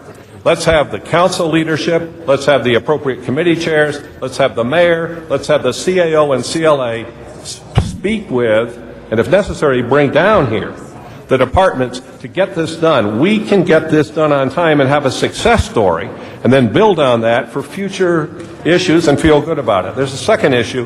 This is a big heads up. Because of the savings, we have the happy situation where we have substantial savings. And everything we understand about the way this is coming in. There's been talk of building a new station, Mr. Rosendahl and Mr. President, at Northeast. Yeah. Here's the exposure. You heard a number a minute ago of what, $65 million in construction costs and so on. A station, let's just pick the number, a rough cut, $45 million to build a new police station. But if some of that $65 million is obligated other places, we have to be very careful not to double count.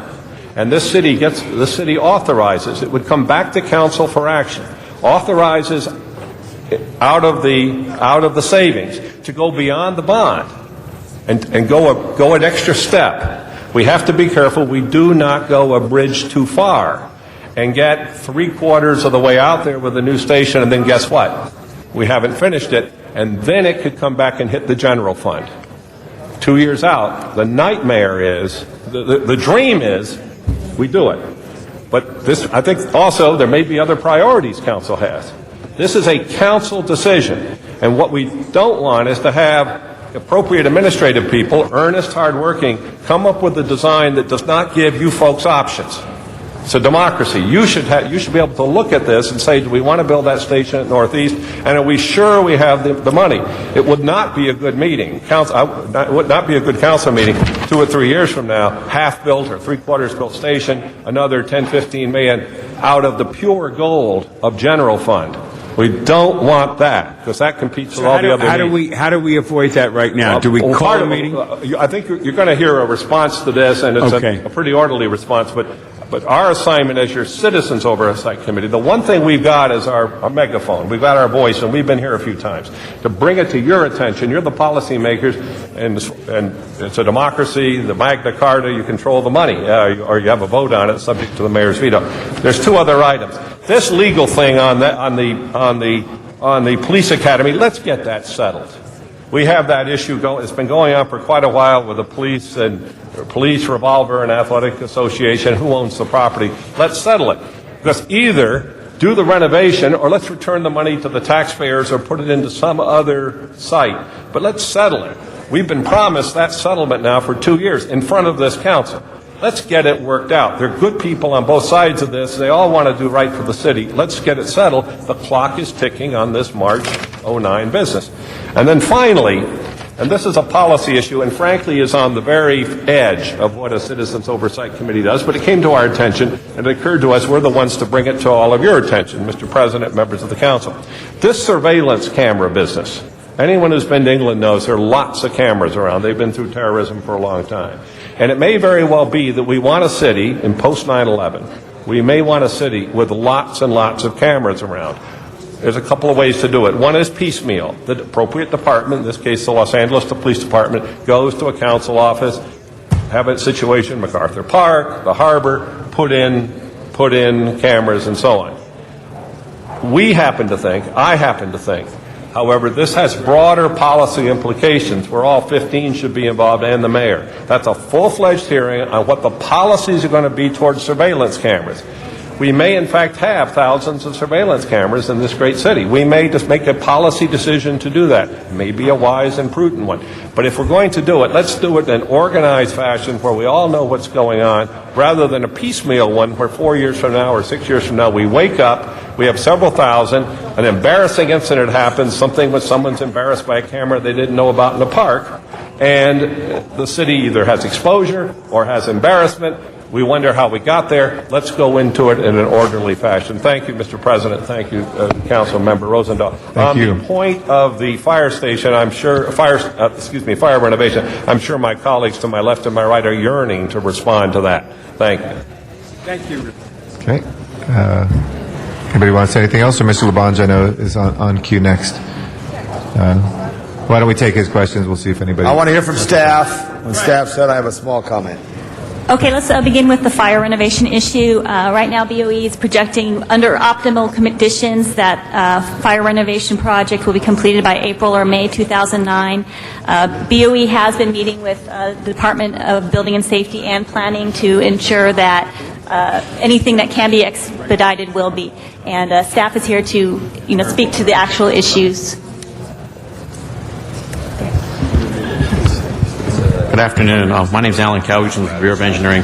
On the fire station renovations, it's been a challenge to a certain point because there are over 400 projects that were approved by the Administrative Oversight Committee. At this point, we have about 350 of them that are completed. The projects range anything from size from $2,000 to as much as about $2 million. We have one project that at this point is projected to go beyond the March 2009 date, and that is an expansion of a fire station. And the reason of the time frame going out is having to do with the zoning change that we're trying to obtain right now. Maria Cardenas with the CAO's office. I'd like to speak to the $65 million that's in the contingency budget. Proposition Q authorized the Administrative Oversight Committee to monitor and expedite the completion of projects. However, the Mayor and Council retain authority to add projects. The Police Department will be presenting to the Administrative Oversight Committee various options on the use of the $65 million. The ultimate decision as to which projects to add would come back before this body. At this point, $65 million is sufficient to build one new station if that's the way that the decision goes. All construction projects in the city that are awarded through the bid and award process must have the full funding in place before the contract is awarded, so we would take care of that concern of not having enough money to finish the project. By comparison, the library bond program also had interest earning. It was a program that was run very well, and there were 4 additional libraries that were built through that project. Do you have any further questions? Yeah, I want to hear Mr. Tuttle respond. I'm delighted that the matter does come back before council. It's terrific. In initial discussions, there was some question about that. And by the way, I know the committee very much appreciates the support of the CAO's office and the CLA's office in terms of all our work and deliberations. But I want to come back. I want to come back to this fire station business. 350 out of 400, terrific job, and they're working at it. I want us to hit a home run. I want us to do, and the committee, the Citizens Oversight Committee, let's get all 400 done before the March deadline 09. We can do it. And let me make I was laying in wait for this reference. Building and safety and planning, and there are probably some other departments whose help might be needed. They're busy people. I worked in the city. I had the pleasure of working in the city for 16 years, and they have priorities to juggle. From the point of view, as a member of the Citizens Oversight Committee for Prop Q, Police and Fire, we have one priority, and that's to use the loudest megaphone we have possible. I've been before you 3 times on this subject in the last 26 hours, which is to press as hard as I can at the highest level of government, which is this council and the mayor's office, and I'll pay the visit on the mayor's office, to use every ounce of persuasion we have. Remember, March 09, that date should resonate. March 09. March 09. That's a resonant date. Let's be successful with this project, and if it requires our friends at Building and Safety and Planning and other places to make this a priority and put in human resources to work with engineering and with the rest to get this done, then let's do it. Let's be successful with this. Thank you. Thank you. Mr. Labange, anything else? It's your time. Very good, Mr. Tuttle. Thank you. And city staff, thank you. Madam CAO, thank you. All I got to ask for is do what Rick said there. Watch those guideposts. We come back and make the decision. The discussion about a new Northeast station, and I know my colleagues for the Northeast area, Mr. Garcetti, yeah, new Northeast, but how about a new Northwest? How about it goes from Figueroa to Normandy? That should be a discussion, not just building a new station. Then it puts us 25 years, 50 years without that. And I know with Mr. Rosendahl, we've talked about a new West L.A. and bust West L.A. up. And then also I talked to Ms. Hahn about a new Wilmington or a north of Harbor area station to get the police stations closer. I know the Valley is certainly served well by 2 additional stations plus a bureau in this bond cycle. That's correct? That's important. How about a Mulholland division so people who live off Mulholland and throughout between Sunset and Ventura Boulevard could get service, which they never see a police car? All that should be discussed here, and then we should tell you this is what we want to do, and then you tell us how to do it. Make sure we do it right and legal, Madam and Mr. City Attorney. Excuse me, I couldn't see you. But have the engineers come back and work hard and deliver. Thank you. Mr. Rosendahl. Yeah, just to wrap it up, we would love for you to come before Public Works Committee staff and give us an update in 3 months on what Mr. Tuttle was suggesting here right now and the areas so that we don't hit against the clock in March of '09 and not get it done. So if we could take his questions and some of his policy idea thoughts and have a report back to Public Works in 3 months, Mr. Smith and I and Mr. Alarcon sit on that committee, and we get a chance to reflect on it. It gives you, Mr. Tuttle, an opportunity to look at where they are in 3 months and to also go on the record in the committee. And I want to thank you very much, all of you, especially Ms. Tuttle, as a citizen, putting your extra energy back into the city. Appreciate it. And thank you, staff, for what you've done. Thank you very much. Thank you, Mr. President. Thank you very much. Go ahead then and open the roll on this item. Close the roll and tabulate the vote. 10 eyes. Thank you. That is approved. Sure. Without objection, 26 will send forthwith. We had items 35, 40, and 45 with cards from Mr. Dogg, who reached his allotted time. So if we can take those three up next. Mr. President, just for the record, 40A, there was a substitute motion, and that has been distributed. Okay. As amended, 40 then. Please open the roll on those three. Close the roll and tabulate the vote. 10 eyes. Okay. Those are approved. Next item, please. Next is item 31. Okay.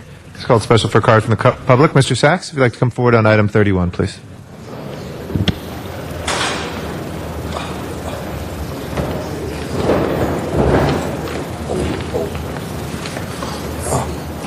Mr. President, could you please restart my time? Thank you. Go ahead. Thank you. Good afternoon. Again, another action taken by City Council, this regarding REAP violations.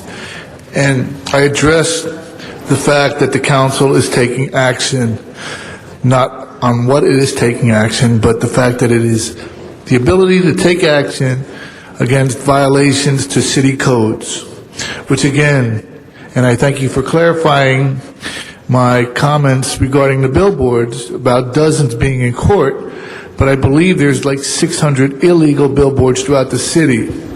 So the fact that there's dozens He is in not court, talking on the item, and he should be warned that his continued discussion of irrelevancies is a violation of the rules of decorum. another violation of decorum. I am discussing the city's action to take violations, to cite violations. We'll hold your time. That is of interest to us and something that for general public comment is appropriate. We would ask you to discuss these three properties specifically. One can make a connection to anything when you speak. You could say that has to do with money and money leads me to here, but we're asking you to very narrowly speak about the rent escrow account program. If you have comments on the properties in CD 5, 7, or 9 or the REAP program specifically, we'd be happy to hear those now. We have to abide by those rules in the Brown Act. It is not meant as any disrespect to you or anything that is out of violation, but we would ask you to please try to abide by that and try to explain that as clearly as possible. Thank you. Again, I'm talking about the action taking the violation. You could have 100 REAP violations. The fact is that you're discussing violations, and that is my point. You take those violations, certain points, and certain other items, you refuse to take any action at all. Thank you, sir. Thank you for your time, your answers, and I apologize for upsetting the decorum. There's no need to apologize. Thank you for abiding by those rules, and we will open the roll on item number 31, close the roll, and tabulate the vote. 10 ayes. That is approved. Next item. We have item 1 still before That us. brings council back to item 1. Okay. Ms. Hahn, item number 1 now is back before us. Have your questions been settled on item 1? Yes. Okay.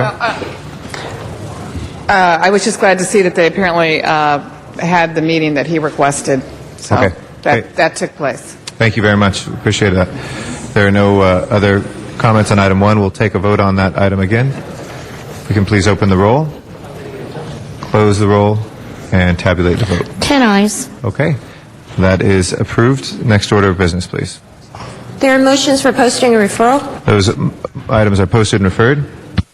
Mr. President, there are some excuses on the desk. Councilmember Weezer requests to be excused on June 17th for city business. A motion is required. What does that take us down to? Is it 10 or 11?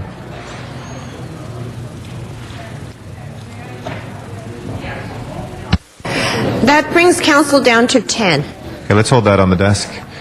We'll try to sort that day out. Any other excuses? Councilmember Perry requests to be excused October 8th through the 17th for city business. This meets policy. Okay. She is excused, even though her own vote is against it, for the record. Next item. Next excuses? And that clears desk. Okay. Announcements of a business nature, folks? Any announcements? Mr. Wesson? Yeah, Mr. President, would this be an appropriate time to announce that today my wife and I are celebrating our 28th wedding anniversary? It would be most appropriate. Congratulations. Is she and watching I want right to now? say happy anniversary to my wife, because maybe she'll keep me around for a few more years. Absolutely. We congratulate you both on behalf of the entire council. Yeah. Yeah, it's a renewable contract. Anybody else announcements of business nature?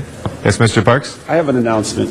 You know, rarely do we see sometimes with all the motions that we create, but we as a body put forth a motion in April about our concern about Martin Luther King Hospital and asking the governor to take a role. Well, yesterday, the governor followed our request, met with the Board of Supervisors, and in essence says that he has directed the UC system to work with the Board of Supervisors for the potential of reopening MLK. So that is the outcome of our motion in April, the letter to the governor, the governor coming back and now having a personal meeting directing that action. So we hope that comes out some relief for our medical situation throughout the county, but specifically with the city of Los Angeles. Thank you very much, Mr. Parks. Any other announcements? If not, do we have any adjourning motions today? Do you do? Okay, if I can please ask everybody to rise for our adjourning motions.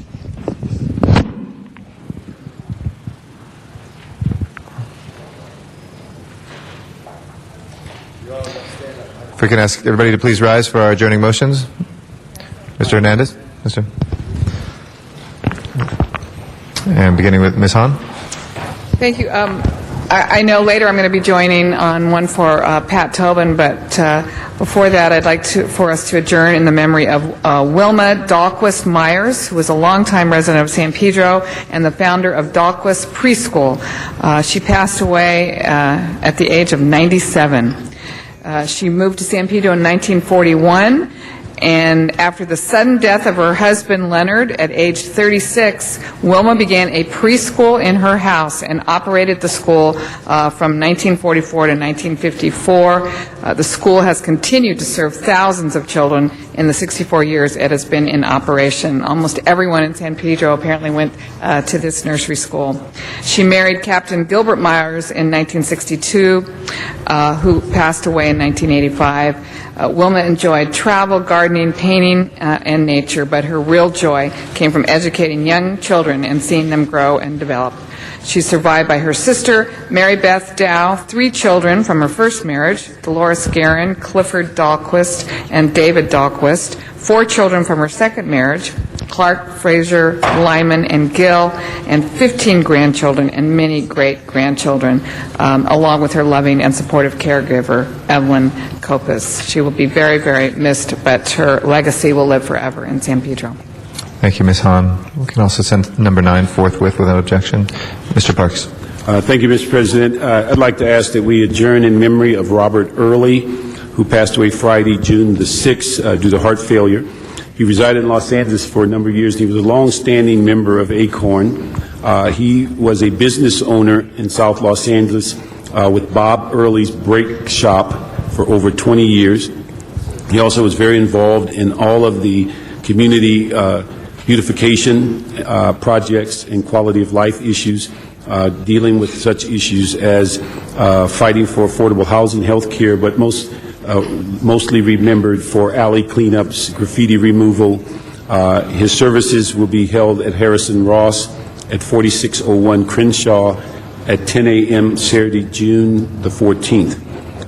We also ask that you adjourn in memory of Dr. Cyrus Green, who died Thursday, June 5th.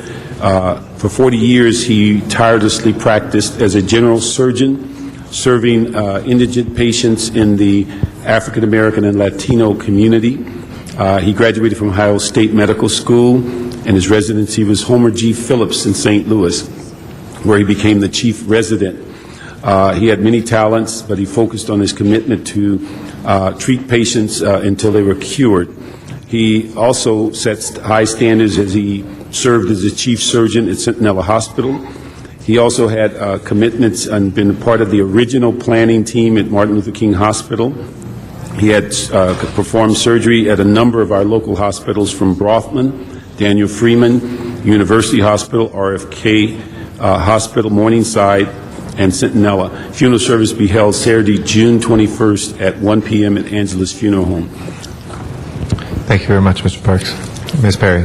Thank you, Mr. President. And I know a number of the council members here want to join me today in adjourning in memory of Pat Tobin. To know Pat was to love Pat. She passed away on June the 10th after a long battle with cancer. She was the founder of Tobin & Associates and a co-founder of the National Black Public Relations Society. And for 25 years, she provided her own style and brand of public relationships and focused on building long-lasting relationships, not only in the community but in corporate America and in the entertainment industry, too. She was a dedicated woman who modeled and presented exemplary professional practices at all times with a great deal of warmth, loving care, sophistication, grace, and always poise. I saw her about 3 weeks ago at the Biltmore at the NAACP annual event, and she was working and giving out direction and administering for the event. And she said she had been blessed and was just happy. She was happy to be out, happy to be there and greeting people very warmly. And so, it's a big loss. It's a big loss. She was just dedicated to so many causes. And, as the LA Times said, she had high-profile clients. But I think the best part about her was she always had her family involved in her business, her daughter and her grandson. And she had a lot of commitment and love to her family, and she wasn't afraid to show it. And anyone she worked for or represented, and she had a contract with her for a short period of time, she always showed an enormous amount of energy and enthusiasm for it.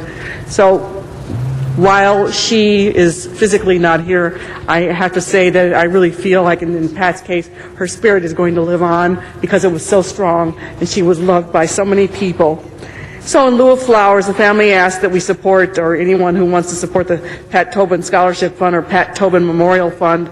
And it's 4929 Wilshire Boulevard, Suite 245, LA 90012. Her funeral arrangements are pending, but I know that this one's going to be a blockbuster because she was such a special lady. And I think her legacy is going to live on through the many lives, not only through her daughter and her grandson, but through everybody's lives whom she touched. Absolutely. Yeah. Ms. Hahn?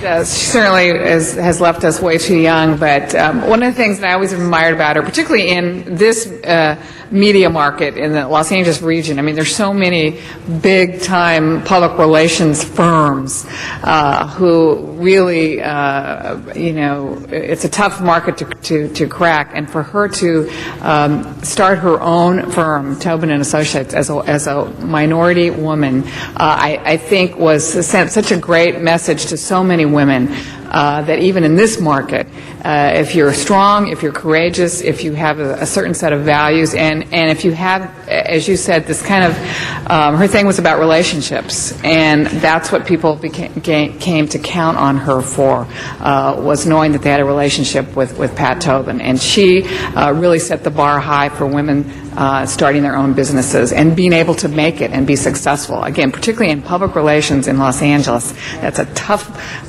nut to crack, and Pat did it with such grace and such skill and charm and charisma. She really has a great legacy, and we're going to miss her a lot. Yeah.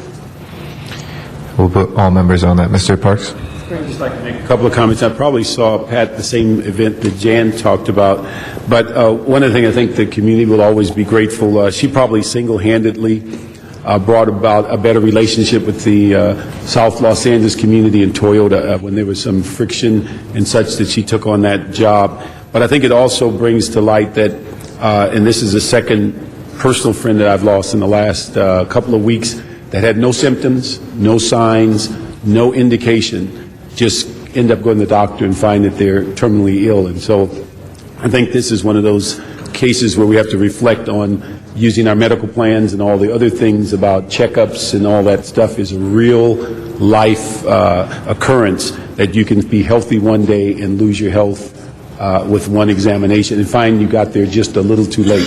Because I think, as she mentioned, the doctor said clearly, quote, as if you had been here sooner, we might have had a better chance. And so it's that kind of thing that I think we have to reflect on.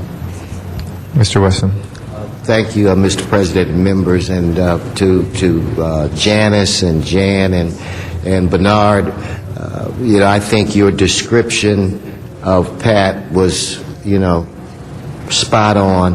And I know for me it'll be a change, to go around this city and not see her engaged. The one thing, though, that I think about today is, as we get older, and I enjoy, mellowing with age and what have you, but as we get older, the tough part is that we lose friends. And every time it just gets a little tougher and a little tougher. But she was a phenomenal woman and one that will be missed. Absolutely. She was a very, very, very bright light in the city. And I know at 65 Sunset Boulevard, she had her business there for many years, and right in the heart of Hollywood. And you're right, Mr. Wesson. You never know what event you're going to be at. There she was, and she's going to take you aside and let you know what you're doing right, what you're doing wrong, and where the city should be headed. So thank you, Ms. Perry, for that adjourning motion. Mr. Rosendahl. Yes, and it just, again, reemphasizes to all of us that all we have is the moment, and we must make the most of every moment we have. It is with heavy heart that I mention that the son, his name is Andrew Drew Horowitz, the son of my constituent advocate, Jim Horowitz, passed away. Andrew, better known as Drew and Andy, a man of the trees, mountains, and sky, Drew treaded gently upon the earth. On his own terms, he returned his body to nature on the evening of Wednesday, June 4th, 2008. He was born October 12th, 1951. He was a student of the world. Most of his knowledge came from his amazing listening and memory skills. Drew had a genius for geographic and geography facts and a passion for politics and current world events. He married his childhood sweetheart, Lori Gill, in 1973. They moved to Lake Arrowhead, California. Next, his travels led him to Telluride, Colorado, as Brother Andrew, which was his name as a DJ for the community radio station. Many listeners had no clue who this deep-voiced man really was. He had a loyal following, he adored high altitudes, and until his last days, he adored Telluride, Colorado. He traveled to many places to find his spot and ended up in Sandpoint, Idaho in 2000. He lived with his beloved sister, Tia Anna, and her sons, Dusty and Tanner. He was a compassionate and wise uncle.